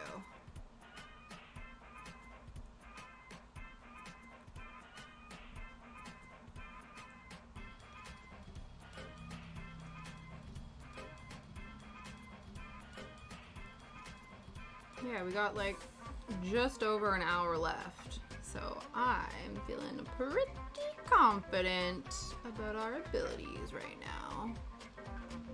Unless absolute chaos decides to rain down upon us, I believe we're on the right track.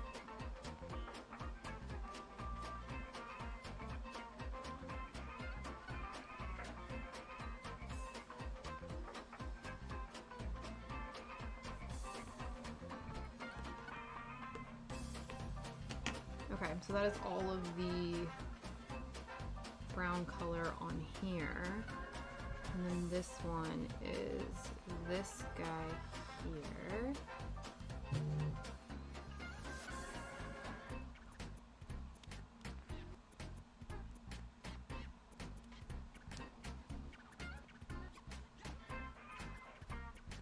Yeah, so see, like these two stitches without any other threads around it would just be such a pain in the ass to, first of all, count and then park the thread. So I'm glad we did the other color first to anchor these a little bit better. Hello, hello, Galloway. Good morning or good afternoon. How are you doing today?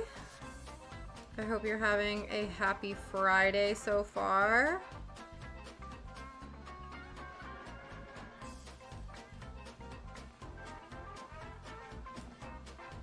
We are on track, hopefully, knock on wood, to finish the page. Finish the next page of the project, which is very exciting. So now that's another color that we have completely finished on both of these pages.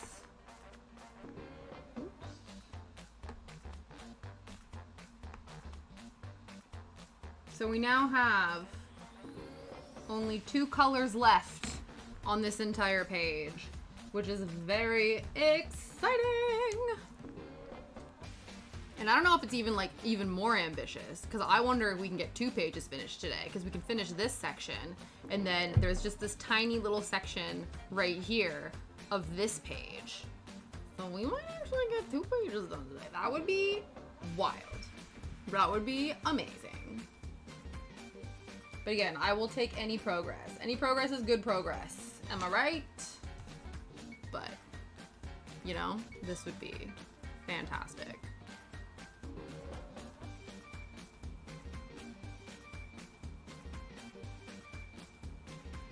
And it'll be interesting to see. We'll have to probably move the Ada cloth and like reposition it on the hoop so that we're able to do the next phase of pages.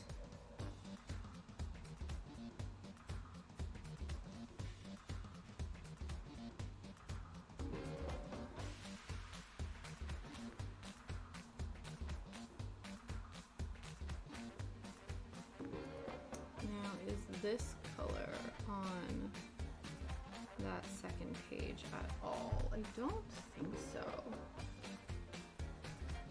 No. No, it is not. That's good. So this guy, and this is awesome because we're literally just filling this in. So that requires a little to no brain effort on my part, which I enjoy.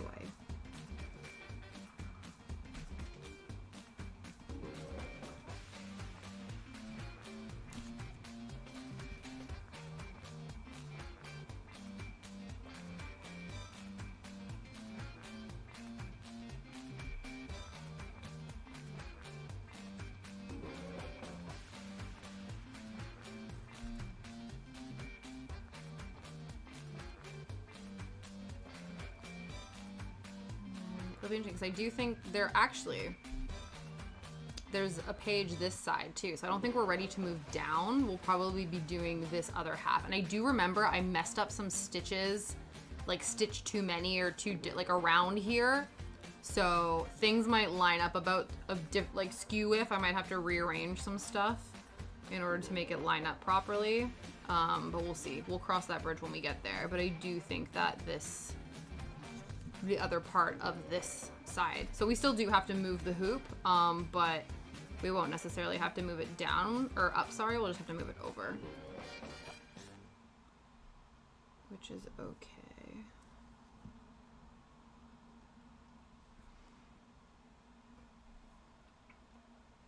Yeah, there's like a whole other turret like over here. Interesting.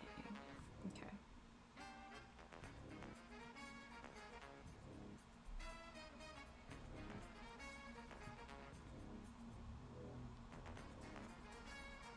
That would be fun if we could finish this page, and then we can actually move the hoop. Because that'll be the first time we're moving the hoop since we started the project, which is always exciting.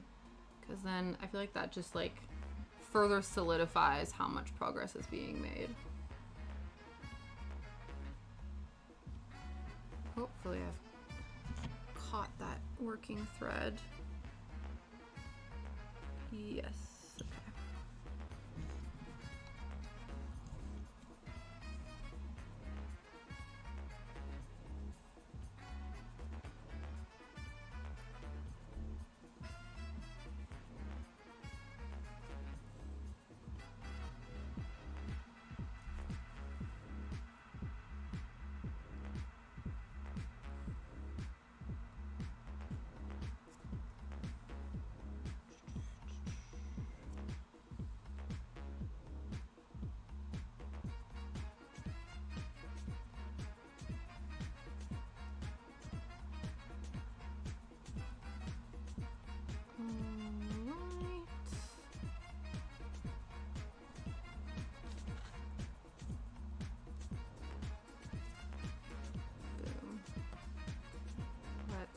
See, where are we at in terms of our stitches?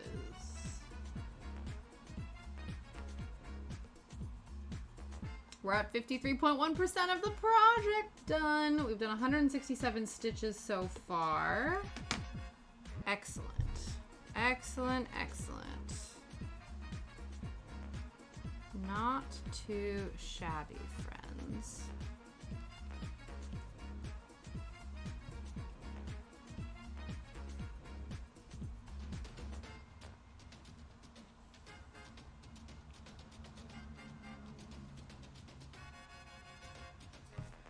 But yeah, I'll have to figure out what I want to work on next week. Because I am making good progress on this, and so I will like to work on that, but I do feel like we have other things we need to do. I still have 4 more empty keychains to potentially fill with little watercolor images. The only thing though is honestly, these keychains are such a pain in the ass. I actually had to file down one of the back pieces in order to get it to fit. And I'm pretty sure the last 4 I have, they just don't, like the pieces just do not fit together. But considering that when I filed down the back piece on one of them, it was just because there was like an exposed nub that I think like, I don't know, was in the way essentially. So I wasn't fully filing down like a side of it. It didn't look super cloudy. So I'm thinking I might be able to file them down as long as it doesn't look really messy, because it'll be on the sides of the back panel. It won't be on the front of the back panel. So theoretically it shouldn't, if it even looks cloudy, it shouldn't distract from your ability to see the image. So that will be the only way I think I'm able to utilize these, because originally I was just gonna throw out the last 4. It seemed like such a waste, but they were frustrating me so much that I was like, they literally don't fit. Like the ends do not match up. I can't use these. But now that the file thing kind of worked, I'm like, okay, maybe that is an option, but we'll see. We'll see if I can be bothered to do that without getting enraged. You know, I approach making art the same way I approach dating. I have no idea what the fuck I'm doing. What does this have to do with anything? Has nothing to do. Yes, the wonderful Failings Cold Open. How are you today, sir? Hey, ma'am. You make wonderful pixel art, so don't knock it. You're obviously doing something right. You obviously got art game and date game, if they're the same for you. But I hope you're having a happy Friday. Hope things are going well. We are on track, hopefully, to finish this page. I am excited at the possibility. We've been making good timing, so I'm hoping to keep that momentum going. They're most definitely not the same, but I'm glad someone believes in me, I suppose. I do believe in you. I do believe in you. I assume you have mad riz. Hi! Thank you so much, Satchel Max. I appreciate you saying that. Yes, we're hopefully on track to finish the page today, which I'm very excited about. Because it just feels like we've been stitching the same area for ages. But we're slowly but steadily trucking along. Thank you, Galloway. I appreciate that. But yeah, it's exciting times. I'm trying to keep the momentum. Luckily, I've not gotten incredibly riled up. So I've not felt compelled to talk with my hands, for an extent. So that I think has allowed me to continue to multitask and stitch and talk at the same time, which is very helpful. But you know, yesterday just I got too riled up, so I needed to talk with my hands, and therefore that completely distracted from my stitching. Thank you for the drink, hydration. Make sure everyone stays hydrated. I gotta switch from my tea to my water. But that's all good. Thank you for that, Failings. I appreciate it. I can relate to the feeling. At least, yeah, exactly, right? Yeah, I'm sure when you're, especially when it's like a repetitive thing that you're doing and you're just like, listen, I feel like I've been doing a million stitches, and you're like, actually, it's only been this many, and you're like, really? But no, it's gonna be awesome. Apparently we are 53%, so we're over halfway. I'm starting to believe it now. Originally, when I first read that we had been, like, we were halfway finished the project, I was like, I feel like there's probably still way more stitching to be done.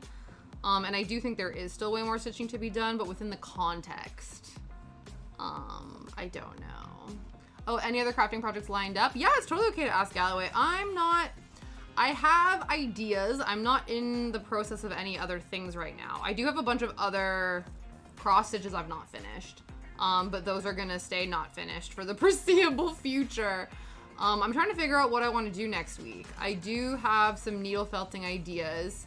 I still have a bunch of my like wooden discs that I need to continue to needle felt. So maybe next week we'll probably make another mushroom, or we'll try making an oyster. I'll dig out some of the plastic pearls that I have, and we'll try making like an oyster and sewing in like a plastic pearl to that just to see what that would look like. And then like I said, I still have 4 more plastic key rings to hopefully fill with art, but the end pieces and the front pieces do not match up, and they are absolutely doing my head in. But I did attempt to file one of them down, and it looked not terrible. So we're maybe gonna try that. Did I hear that? I want to, yeah, either a jacket or like a button-up shirt. The only problem is I have so many jean jackets. So I feel like it's probably not a good idea for me to get another one. But I think maybe like a button-up shirt, like an oversized button-up, would also be another option instead of just always going the jacket way. That is the goal. But again, we're still, what is it? Less than halfway, but still quite a long ways from that goal. So on a completely unrelated side note, there's a cool little chart that lets you pick your favorite Pokemon in every type from every generation, then lets you pick the favorites from those ones you pick, and then your top favorite Pokemon. I'm not gonna lie, making that list was a lot harder than I thought it would. That's interesting. Yeah, so it was sort of like a tier list of Pokemon. So what was the final ultimate Pokemon for you then? I don't know enough about the newer generations to have an opinion. I would 100% just be going, to be fair, even when I did have some baseline knowledge about Pokemon, I would always pick whatever I thought was the cutest. Like, let's be honest, I didn't look at stats. I didn't look at abilities. I was like, which one do I think is cute? And that would be my choices. Must be really cool wearing something made. It is. I did end up stitching sewing a small cross stitch onto the pocket of a jacket, and yeah, it feels really cool. It's like really validating to get to do that. And yeah, hopefully, again, I have to fix I call them the armpit flaps, on a dress that I made that I'm going to be wearing to my friend's wedding, and I'm really excited to get to wear that. Just because, yeah, we made that. We actually made that on stream, and it went really well. And so that was really validating to like actually look at fabric and turn it into something that I could actually wear and it actually like not suck was incredible. I was like, damn, wow. For a guy named the Phalanx Army, it was really hard to pick Phalanx at the end, but I ended up getting that win regardless. That's true. I completely forget, again, because of my lack of Pokemon knowledge, that Phalanx is a Pokemon. Let me look them up again, because I feel like I looked this up before when I found that out, but I don't remember what they look like. Phalanx. Yes, okay. Now I remember. For anyone who doesn't know, this is a Phalanx. Very cute. I like it. See, now it provides more context to the Pokemon mashup bit, that you did. Because it has the thingies on the side. I forgot. I'm sorry. Again, my brain doesn't remember the new ones. Except for Sinistee, because I know that there's, and, you know, I like the fact that it's a haunted teacup. That one I will remember, because it's literally me. It's a haunted teacup Pokemon, and I was like, that, yes. Though I don't know if it, would Sinistee win in a, what are they called? In a duel against all the other Pokemon that I like. I don't know if it would. Probably not. It would probably end up being like an OG Pokemon, maybe. I don't know.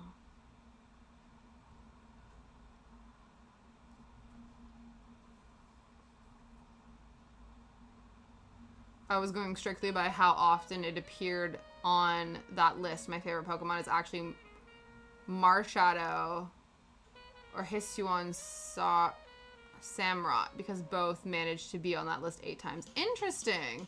With a 9-year-old, you think I'd know an amount about Pokemon, but I've somehow managed to tune it all out. Smile and nod, right? Smile and nod. You're like, yep, cool, interesting, really? Wow. Yeah, no, I get it. I get it.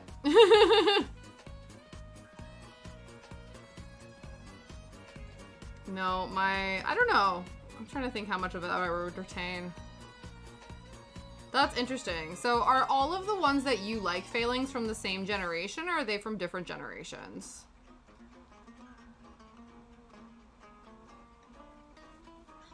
One of my main hobbies is playing the game competitively. So that's true. That's true. And that makes sense though. Like just from a pure exposure perspective, the more time you spend in an environment where you're coming across the names and the like images and stuff like that, you're naturally just gonna have knowledge about it. You know what I mean? It's like if you spend, like, it's almost like you absorb that information by osmosis by just like existing in that space continuously. So it makes sense. It is in your vested interest to have this knowledge because I assume it makes you a better game player in that respect. Or at least give you some idea of you knowing what the hell you're doing. You know what I mean? No, I think that's good. I love that. Like, honestly, Marshadow's from Generation 7. And Hisuian and Samurai's from Gen... Oh, okay. So they're not all from the same gen. Honestly, I would love... So you know how, like, I don't know. I feel like sometimes it's really awesome to have, like, I don't think it's useless information, but, you know, like, quote-unquote useless information. Like, being able to name all 151st gen Pokemon, like, that, I believe, is a skill. And I love when people possess those sorts of skills. It's like when people can just, like, name all of the countries in the world or, like, whatever. Like, someone who just has, like, an innate knowledge of something and can just, like, list facts. I'm fascinated. I'm like... I love that you know this. I once tried to do a, what is it? What are they called? I think it's Sporkle. Sporkle's the name of like the quiz site that has all the different quizzes. And there's one where it was like, oh, can you try to name all 150 Pokemon in like a certain time frame? And then you just realize how many you forget. To be fair, same with countries. How many countries can you name in like whatever amount of time? And there's a huge gap in my knowledge. The other thing, too, though, is with the Pokemon, because things are spelled in a specific way.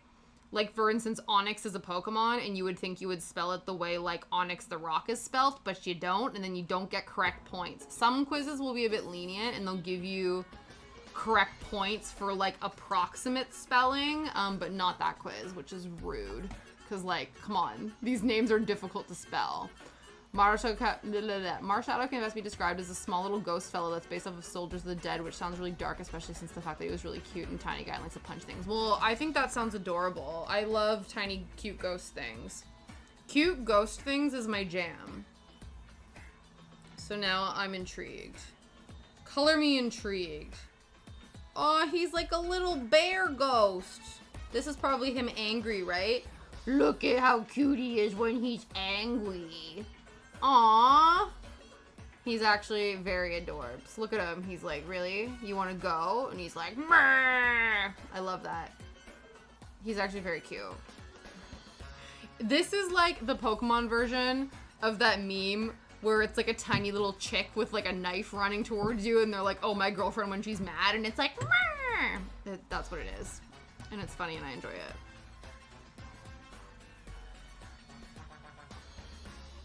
Does he evolve? I don't know. Does Marshadow evolve, Phalanx? What's his evolution like? He's a fighting ghost type mythical Pokemon. Let's go to Bulbapedia and find out. Gloom Dweller Pokemon.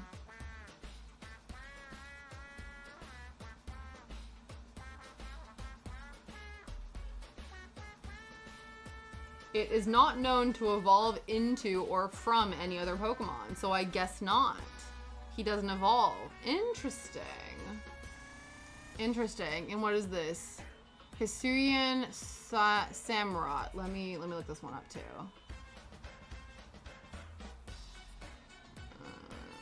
Oh, there's lots of different ones. Hisuian whatever. Yeah, I think I have seen this one before.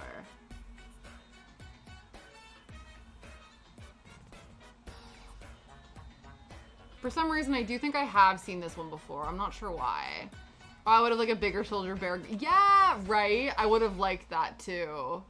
I would have liked the next level of that. I feel like I have seen this one before.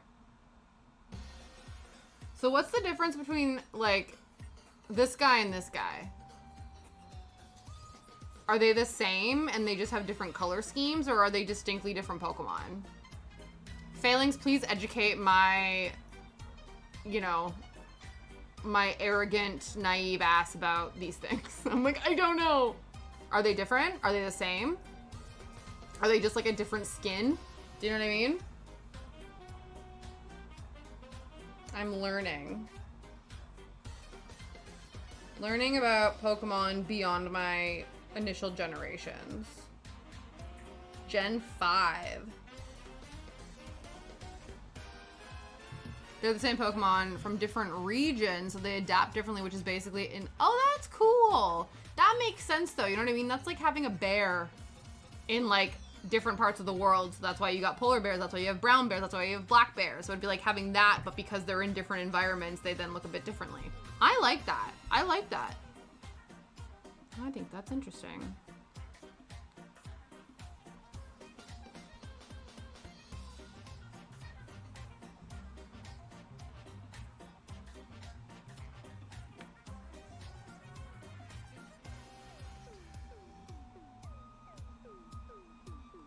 I wonder if my brother still plays Pokemon. My brother was super into Pokemon when we were younger. That was the only reason I had any sort of knowledge about it. But I don't know if he plays it still.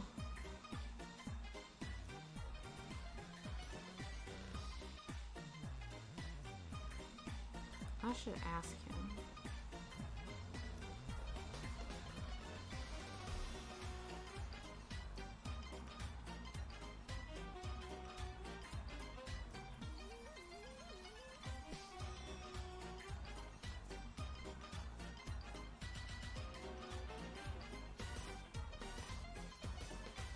Yeah, my most salient understanding of Pokemon is via the Pokemon Stadium N64 games, but even then, it's mostly the mini games.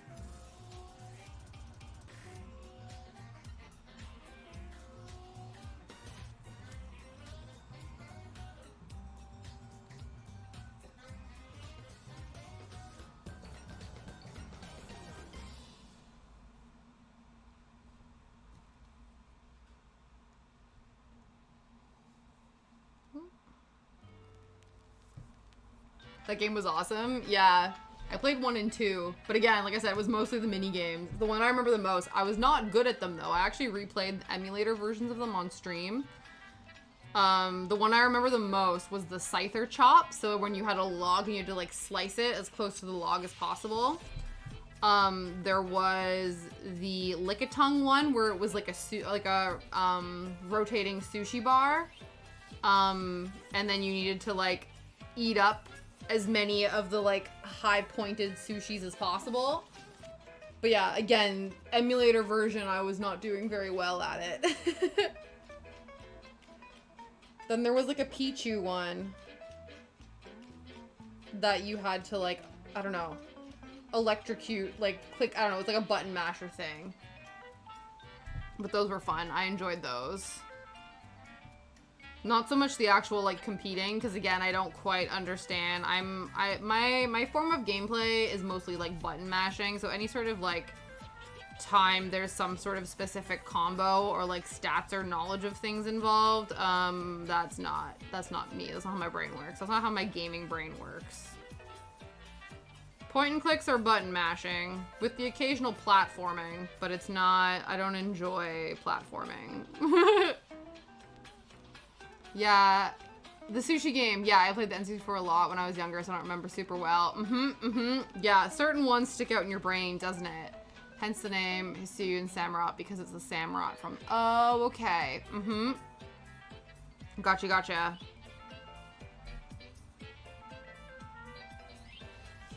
I'm learning.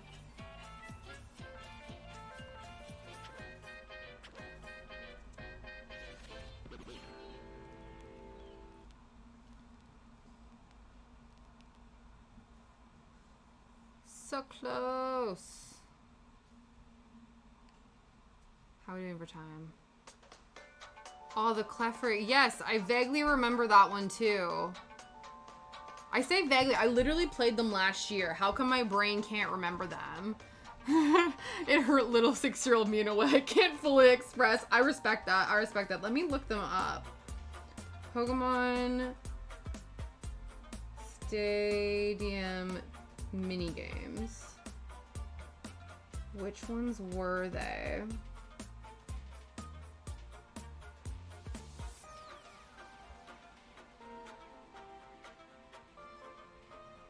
Oh, this one has them ranked.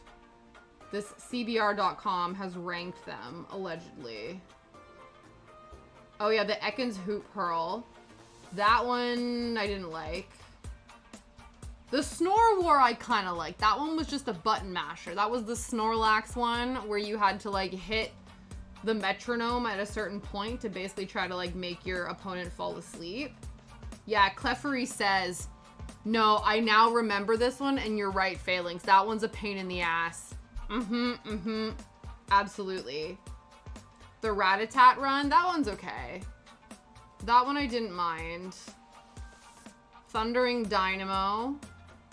That one's just a button masher. That one's okay. Again, button mashers aren't too bad. Oh, Digging a Hole. Yes, I do remember this one too. Again, any button mashing games, I'm like, hey man, basic mechanics, sign me up. Same with this one. Again, timed button mashing, Magikarp. Yeah, the clear cut challenge. This one I think was my favorite, aside the Lickitung one. Rock Harden, again, strategic button smashing. Topsy Turvy. I don't think I remember this one. Where you're taking on the role of Hitmontop. You have to spin the opponents. I don't think I remember this one. This is awakening a lot of memories, oh my god, right? Absolutely. Barrier Ball. I was terrible at this one when I replayed it. I do not have the reflexes for this. I don't know why. It's such a basic concept, but my brain was just not having any of it. They only ranked Sushi Go Round 4th. Rude. The soundtrack for Sushi Go Round alone is enough for players to continually return to the mini games. It is true. It is true. The music in that one is good. Delibird Delivery. I don't remember this one. Control the stick. Oh, no, maybe. Yeah, you must place presents into a gift sack. Okay, no, I do vaguely remember this one. Yeah, right? So this is their top 4. So Sushi Go Round was 4. Delibird Delivery, which I don't even remember, so I don't understand why that one. Streaming Stampede. Oh, you have to count the number. Okay, yeah, I do remember this one. I played both, though. I did play both, but I guess I must have played one of them more than the other. But I do remember playing both. But yeah, it must have been... I must have not played Stadium 2 as often. But I do remember this one. That one's a good memory one. Okay, what's their number 1? Eggmergency. Oh, you have to catch the eggs and not the Voltorbs? I guess. No. See, any of the ones that revolve, like that button mashing, yes. Specific reflexes, absolutely not. At least for me. I feel like I don't have, like, no. The reflexes are bad. The button mashing is good.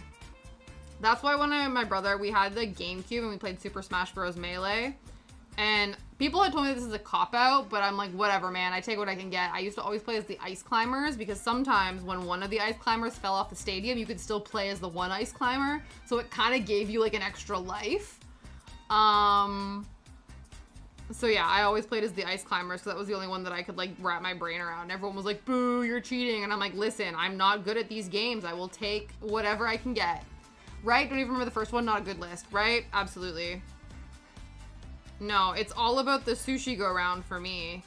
Mind you, I remember when I replayed it, I wasn't very good at it. But it just... core memory unlocking. That one was more of a nostalgia moment than whatever the Clefairy one was. Listen. Unacceptable. We don't acknowledge this list.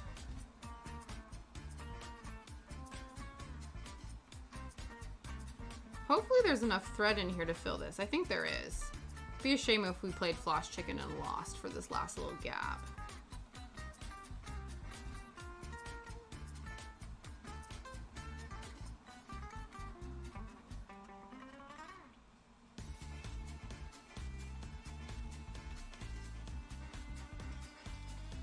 I'm trying to think if there's any other ones. I played Pokemon Go when it was relevant for like a couple months. I think my brother-in-law still plays Pokemon Go. I'll have to ask him how he's doing with that. But yeah, I played it for all of like 2 seconds. I think it's because it was like wasting my phone battery, and I was like, listen, I don't care enough about this to continue.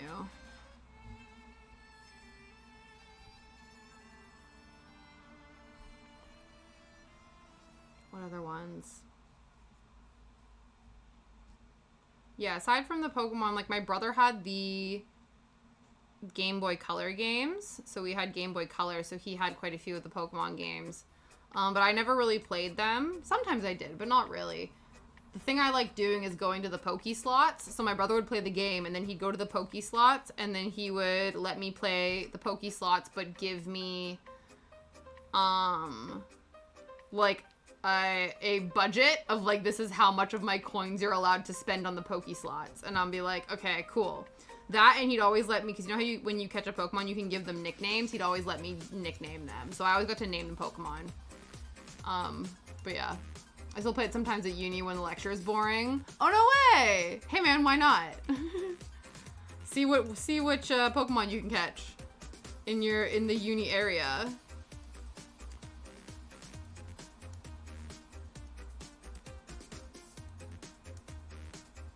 I remember there was I can't remember which class it was. I think it might have been my computer applications class, which basically was teaching us how to use like Word, PowerPoint, Excel and stuff. But the teacher was like, was really frustrating.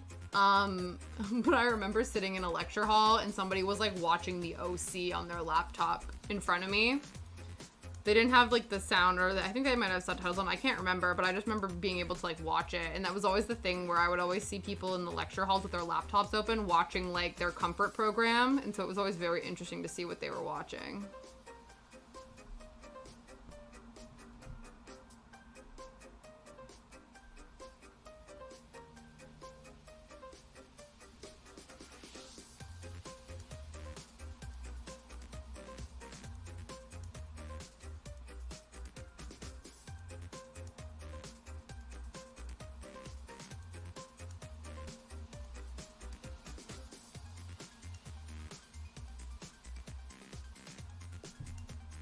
Finish the granola bar.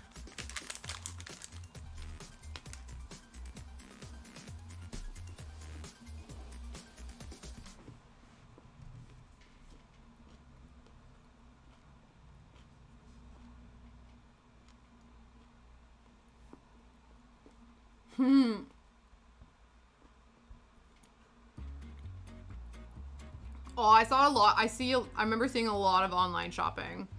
Yeah, it's fun. Lots of online chess at the moment. Oh, interesting. Yeah, chess has had a bit of a resurgence, hasn't it? There's a lot, you know, chess has been popping off in recent years.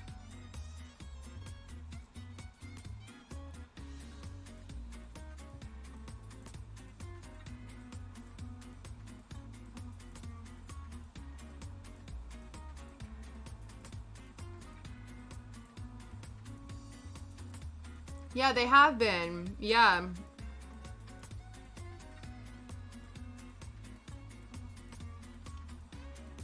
Yeah, definitely.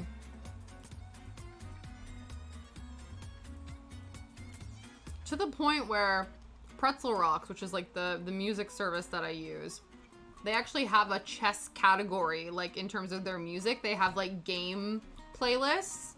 And so they have like COD, Battlefield, Minecraft, whatever, but they actually have a chess music playlist as well, I'm like, damn, if it's to the point where it's like, we've curated a playlist for those who stream chess. You know it's like up there in terms of popularity.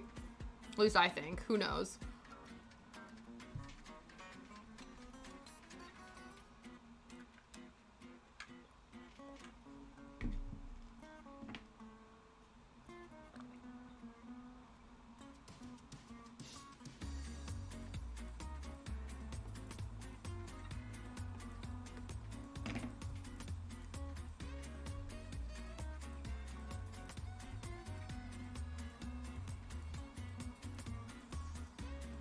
I kind of love how into it everyone is. Yeah, no, I think that's cool too.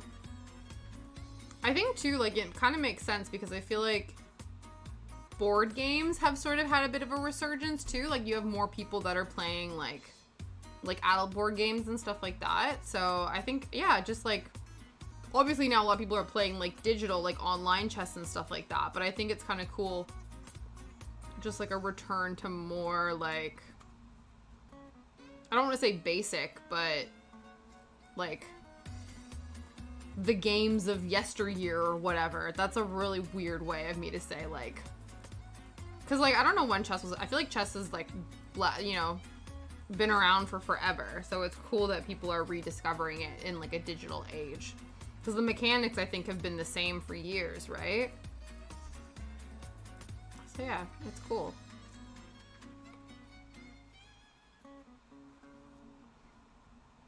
I tried to learn. I feel like I vaguely understand how chess works, but I don't have, like, the ability to, like, see multiple moves ahead and stuff. I'm sure, obviously, if I were to have practiced, I would do. But yeah. It's something I have dabbled in, but not in any major capacity. But it's fun. Like, it is, I do find it an interesting game.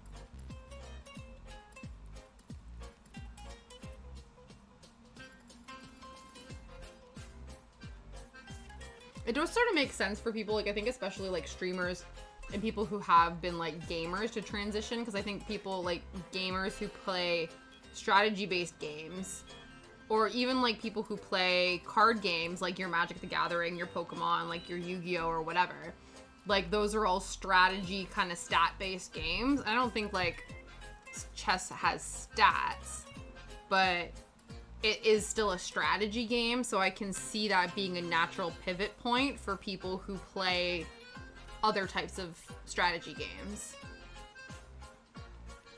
I was in chess club in school, but I'm not very good. I think I lost every time for 3 years but once. No way! That's cool, though, that you were in chess club. Like, that you enjoyed going despite the fact that you were losing. You know what I mean? Like, I think that that's really good. There was something you enjoyed enough about it to keep being part of it. And whether or not it was just that you enjoyed because, like, maybe your friends were in the club and you got to all hang out together. But the fact that, like, you know what I mean? I think that's really cool. I think sometimes people will join an activity and then when they're not good at it, feel, like, very disenfranchised. So I'm glad that you didn't.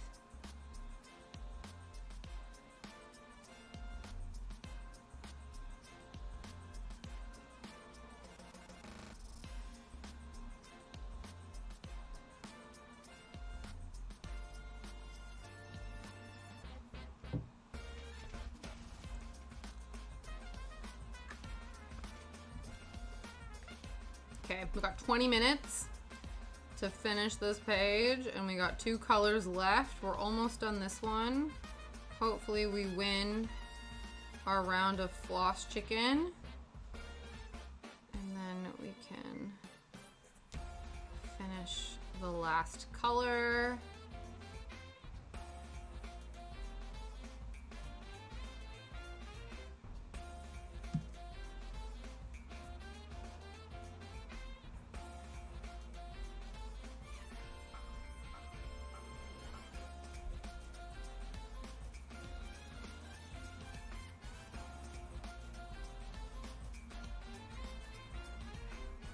Thank you. Yoshi, thank you so much for the follow. Beautiful, thank you so much. You're a fan of chess but not great at it? Yeah, that's awesome.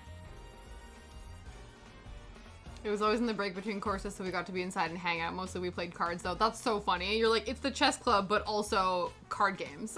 Which makes sense, because I feel like those also involve strategy and chance, though. I feel like card games have a bit more chance to them than strategy. But still, that's awesome. I feel like I decided one year, because I really got super into Alice in Wonderland when I was in high school. And so I remember being like, I need to learn how to play chess, because one of the big components of Alice in Wonderland, less so in the book series, less so Alice's Adventures in Wonderland and more Through the Looking Glass, because Through the Looking Glass, the actual entire story centers around like chess pieces, a red queen and a white queen and that sort of thing. So I remember being like, if I'm super into Wonderland, like I should learn how to play chess, because chess is like a major component of the like Alice in Wonderland universe. So I remember even like buying a chess set and being like, oh my god, like I'm, you know, whatever. Never fully learned though. Never fully learned, but I was like, I don't know, it felt like it felt like a fake Wonderland stan if I didn't understand, check your posture. whatchamacallits, if I didn't understand chess. It's lengthening time. Oh, thank you very much for the stress. You only watched the 2010 movie, but I love the aesthetic. Oh, that's really cool. So that the 2010 one, that's the Tim Burton one, right? With Mia Wasikowska. That one was cool. The first one wasn't bad. The second one, that was meant to be Alice Through the Looking Glass, was absolute garbage. The only good thing to come out of that movie was Pink's song "Just Like Fire." That was a bop. But that movie enraged me, because the only thing that was relevant about that in any indication to Through the Looking Glass was in name. Yeah, I remember going to see that movie in theaters with my friends and just being so angry at the end. I was like, this was unnecessary. It made no sense. To be fair too, though, because the first one was kind of like a retelling. I think because, like I said, Alice Through the Looking Glass, takes place within like a chess set. Like the whole universe is basically a chessboard. And so the first movie has the red queen and the white queen effectively, and then the whole final battle takes place on a chessboard. So they basically took the sort of major premise or major sort of literary elements of Through the Looking Glass and stuck it in the first movie, so they had nothing really to work off of. Yeah, time was cool. I did like the little TikToks, like the little characters, how there was like a tick and a talk, and then the TikTok, like the different little, because I also love steampunk aesthetic, and so time and like his whole vibe was very steampunk to me, so I liked it for separate reasons outside of the Wonderland universe, because I was like, you are cool, but you do not belong. Because that was confusing. The other part that's really confusing I don't understand who made this decision, but the fact that at one point, how like the Red Queen is banished to some like veggie land, and then they have to go and like get her out, and she's like in prison because she keeps like eating the people because they're all made out of vegetables. And I'm like, but nowhere in any of the source material, in any iteration of Wonderland that I have read, involves vegetable people. Like, this was just a choice completely out of left field that I did not understand.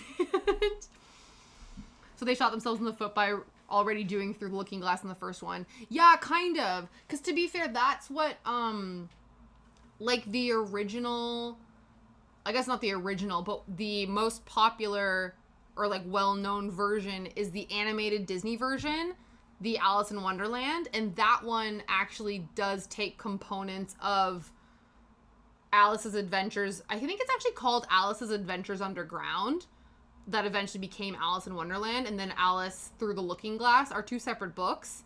but then they sort of combined them together and took elements like Tweedledee and Tweedledum don't appear in Alice's Adventures Underground, but they appear in Through the Looking Glass, but in Alice in Wonderland, they're both there. But yeah, so like different components. So I understand from the purposes of like telling a story if you're taking these different elements. But yeah, that one was wild. That one was, yeah. I even remember too, so when the first film came out, the 2010 one, they did huge promo and they, sorry, see, I'm getting riled up, so I stopped stitching. This is what happens. But anyway, so when the first movie came out, they did a bunch of promo. And OPI, the nail polish collection, released an Alice in Wonderland collection in promotion for the movie. So I had 2 of the colors. One, it was called like Mad as a Hatter, and then another one was called just like Still Alice or something to do with Alice, that it was a blue.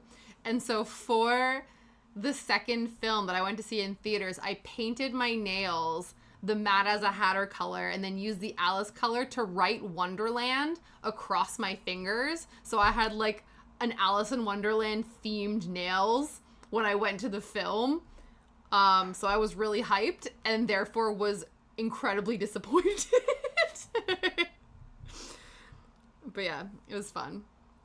And I remember being so aggro, and the friend that I went with was like, well, what do you expect? You know, the movie adaptations are never the same as the book. And I'm like, listen, there are people who, like, there are books that I understand, like, are not true to the source material because they have to chop and change and cut things down in order to make, you know, like, what would be a 6-hour movie into, like, a 2-hour movie. So I get that.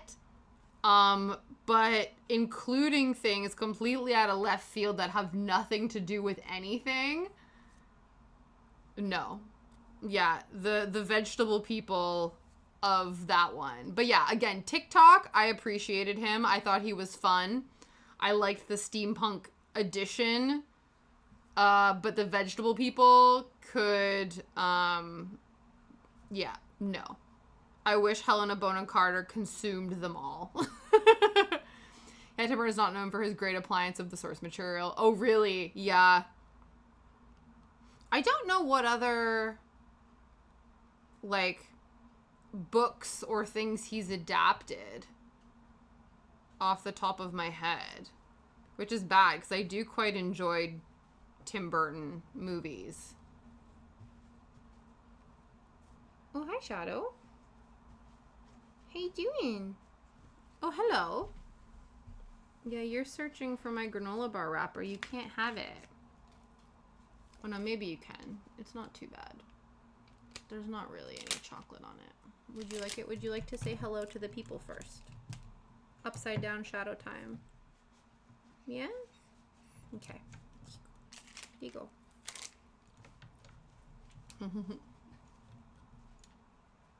Oh yeah, Big Fish was good. I always forget about Big Fish because it seems so aesthetically different to, like, his other stuff, but that is a good one. This other movie was super bad. I'll look it up. Oh, because did Tim Burton do, like, the Dark Dumbo or something? Was it Dumbo that he adapted? And everyone, I remember I have not seen that one. I remember everyone was real pissed off about that one. If that's the one I'm thinking of.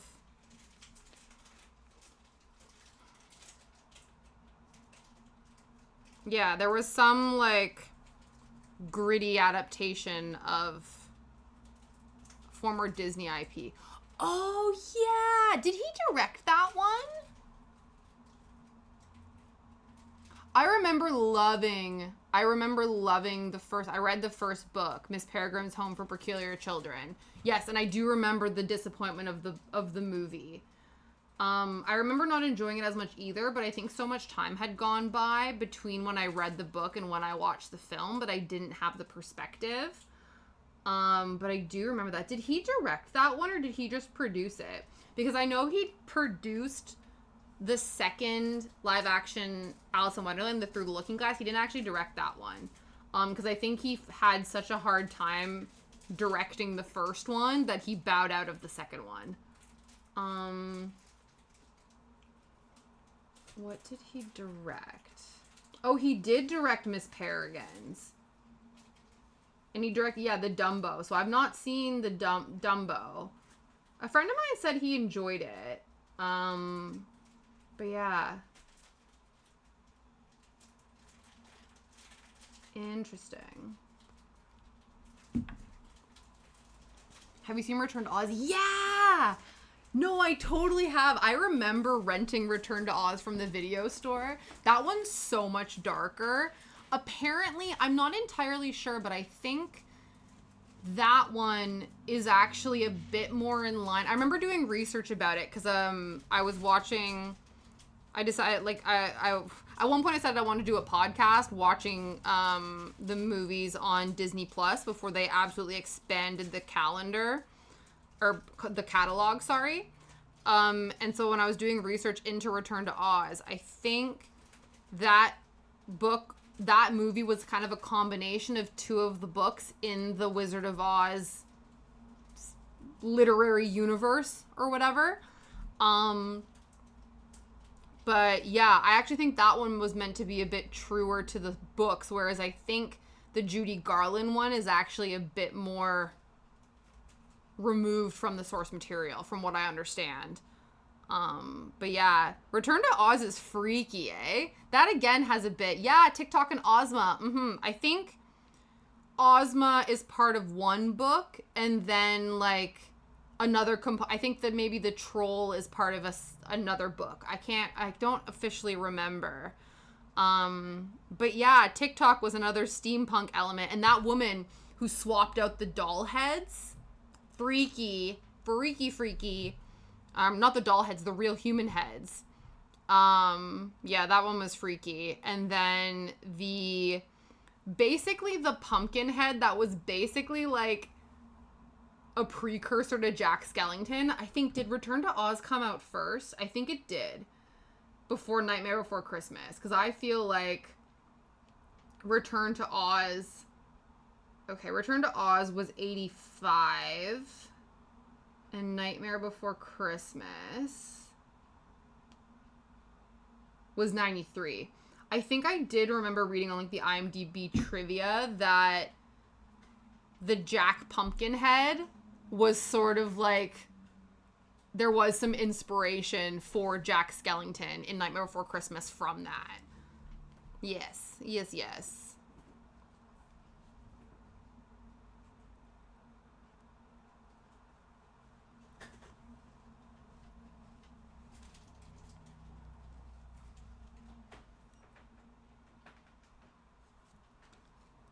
But yeah, no, I remember loving, I don't know why, but yeah, I think the other thing too is because that movie, I have like this morbid curiosity and fascination with like Victorian asylums, because the concept of like insanity and what kind of constituted insanity in the Victorian times and stuff like that I find very interesting. And so I think I remember enjoying Return to Oz because there's that scene where they basically like, she gets institutionalized, and just like, yeah, has a bit more of a horror element, I feel. But it's a kid's movie. But I feel like a lot of movies in the 80s were like that, eh? They're like, here's a kid's movie, but also here's some trauma. Here's some trauma to accompany your viewing pleasure, children. Let's teach you morals, but maybe traumatize you in the process. I feel like that happens with a lot of media in the 80s.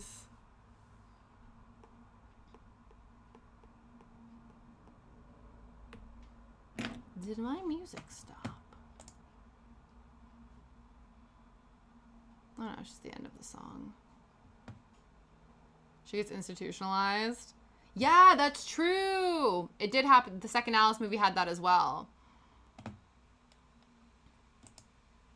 Did you guys ever watch too? They had it on Disney Plus at one point. I guess it was, I thought maybe they did. They canceled it prematurely, but you know, what's it called? Once Upon a Time, that show on ABC that's basically like parallel universes between, like, people and, like, Disney characters and stuff like that. Like, live action. There was an Alice in Wonderland one. That was about Alice falling in love with a genie. But they sort of get into her, like, coming back after Wonderland. And I don't know if she gets... I think she does get institutionalized, at one point. And then everyone sort of breaks her out and stuff like that.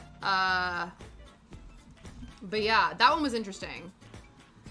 Yeah, I remember wanting to watch it when it first came out, but it wasn't on... Like, it wasn't available on the... Like, I didn't have the channel or whatever. And then it got canceled, and I was like, damn, guess I'm never gonna see that.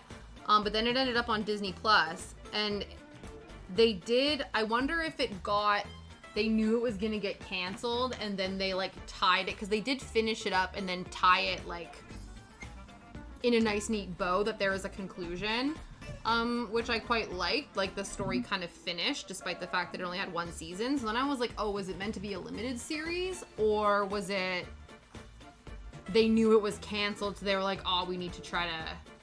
You know what I mean? Like, wrap this up. Yeah, I like how they use the same actors. The nurse is Queen Mombi. Oh, yes! I remember that, too, because they did the same thing in the original, in the Judy Garland one as well, right? Like, her friends, or her, like, family members are also who play the, like, characters and stuff like that. Oh, the Shock Machine. I don't think I realized that the Shock Machine was TikTok, but I do remember that Queen Mombi, and the nurse were the same person. Yeah. I do think that that's really cool. Okay. Last color on this page, friends. And we got a few minutes left. Damn, maybe we're not gonna get it finished. It's because I got real aggro about Alice through the Looking Glass. See, when I get passionate about something, my ability to stitch goes out the window. Okay, let's see if we can get this shiz done.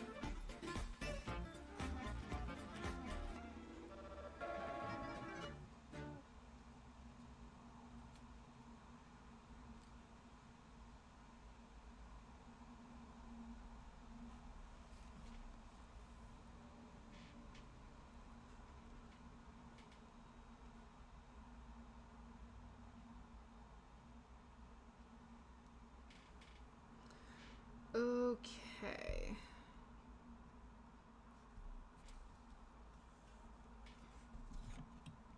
How many stitches do we have left? Apparently we're 98.9% finished this page. Let's try and push on through to the other side. Break on through to the other side. Ba-doo-doo-doo, ba-doo-ba-doo-boo-boo.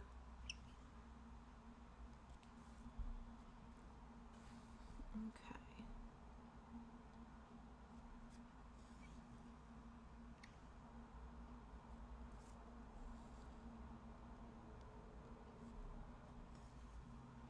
Let's make sure that that is locked in place. All right. We have one more minute, but we're gonna persevere because I really want to get this done.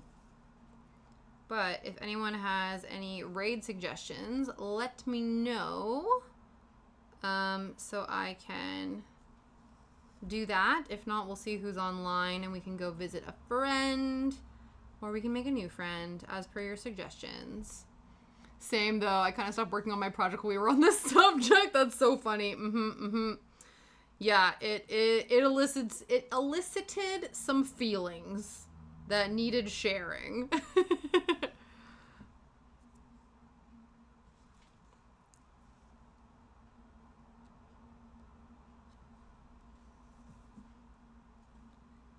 Okay, this is a little bit, there's a gap here, so I just want to make sure that I do that properly.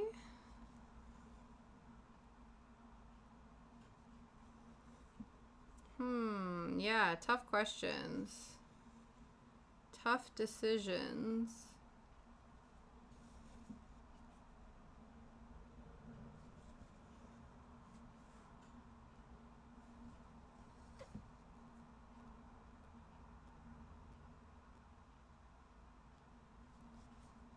Don't know where the music's gone.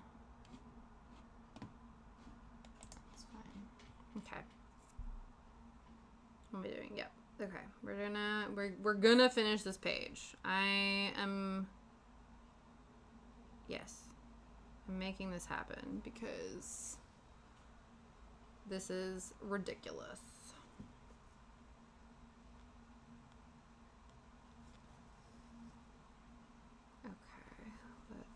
Do these half stitches here. Just have to make sure I remember to fill them all in, because that would be tragic if we forgot.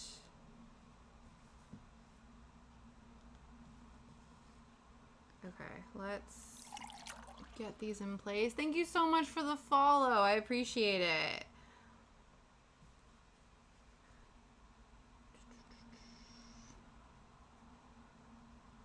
Now, let's see. Can we say the name? Is it Fang Kuchen? Fang Kuchen? Maybe? Sorta, kinda? If not, feel free to tell me off. Okay. I think we will do this here. Okay. We need to pull up. Not really, but it's fine. It's German for pancake. Ah, okay. Pfannkuchen. See, now I gotta pronounce it with a German accent. Pfannkuchen. No, I'm not even, I'm just offending everyone right now. Okay, let's go see who's online.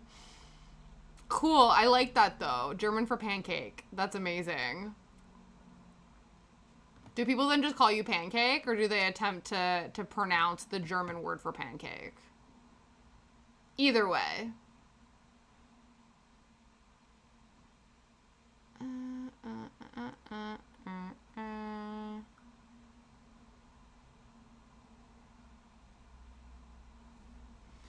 Okay, who's online? Saul's online, Satchel Max is online, Art and Jest is online. The beginning was kind of right.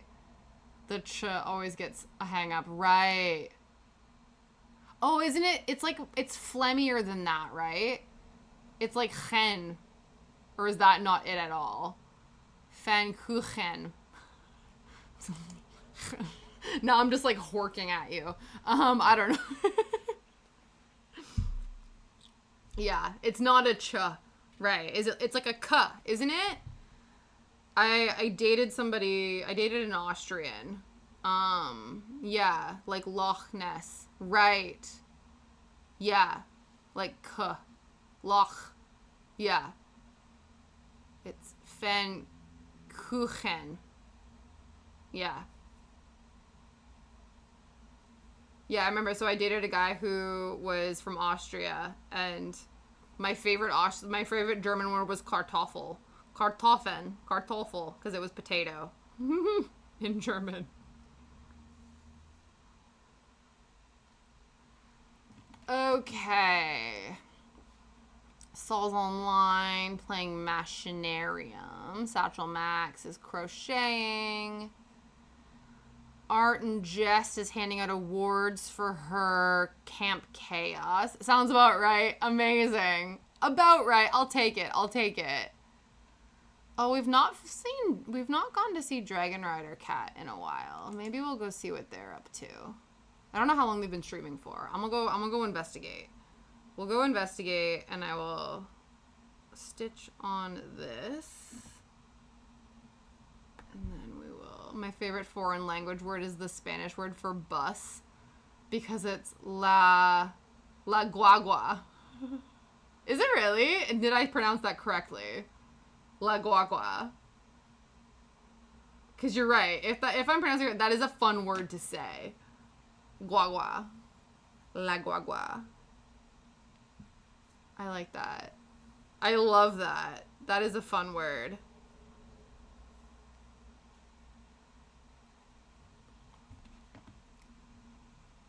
They're working on something. I don't know what it is. But maybe we should go and find out.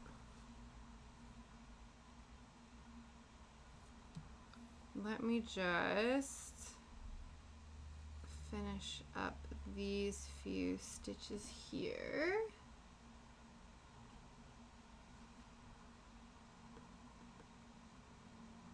And then we can do that. Oop.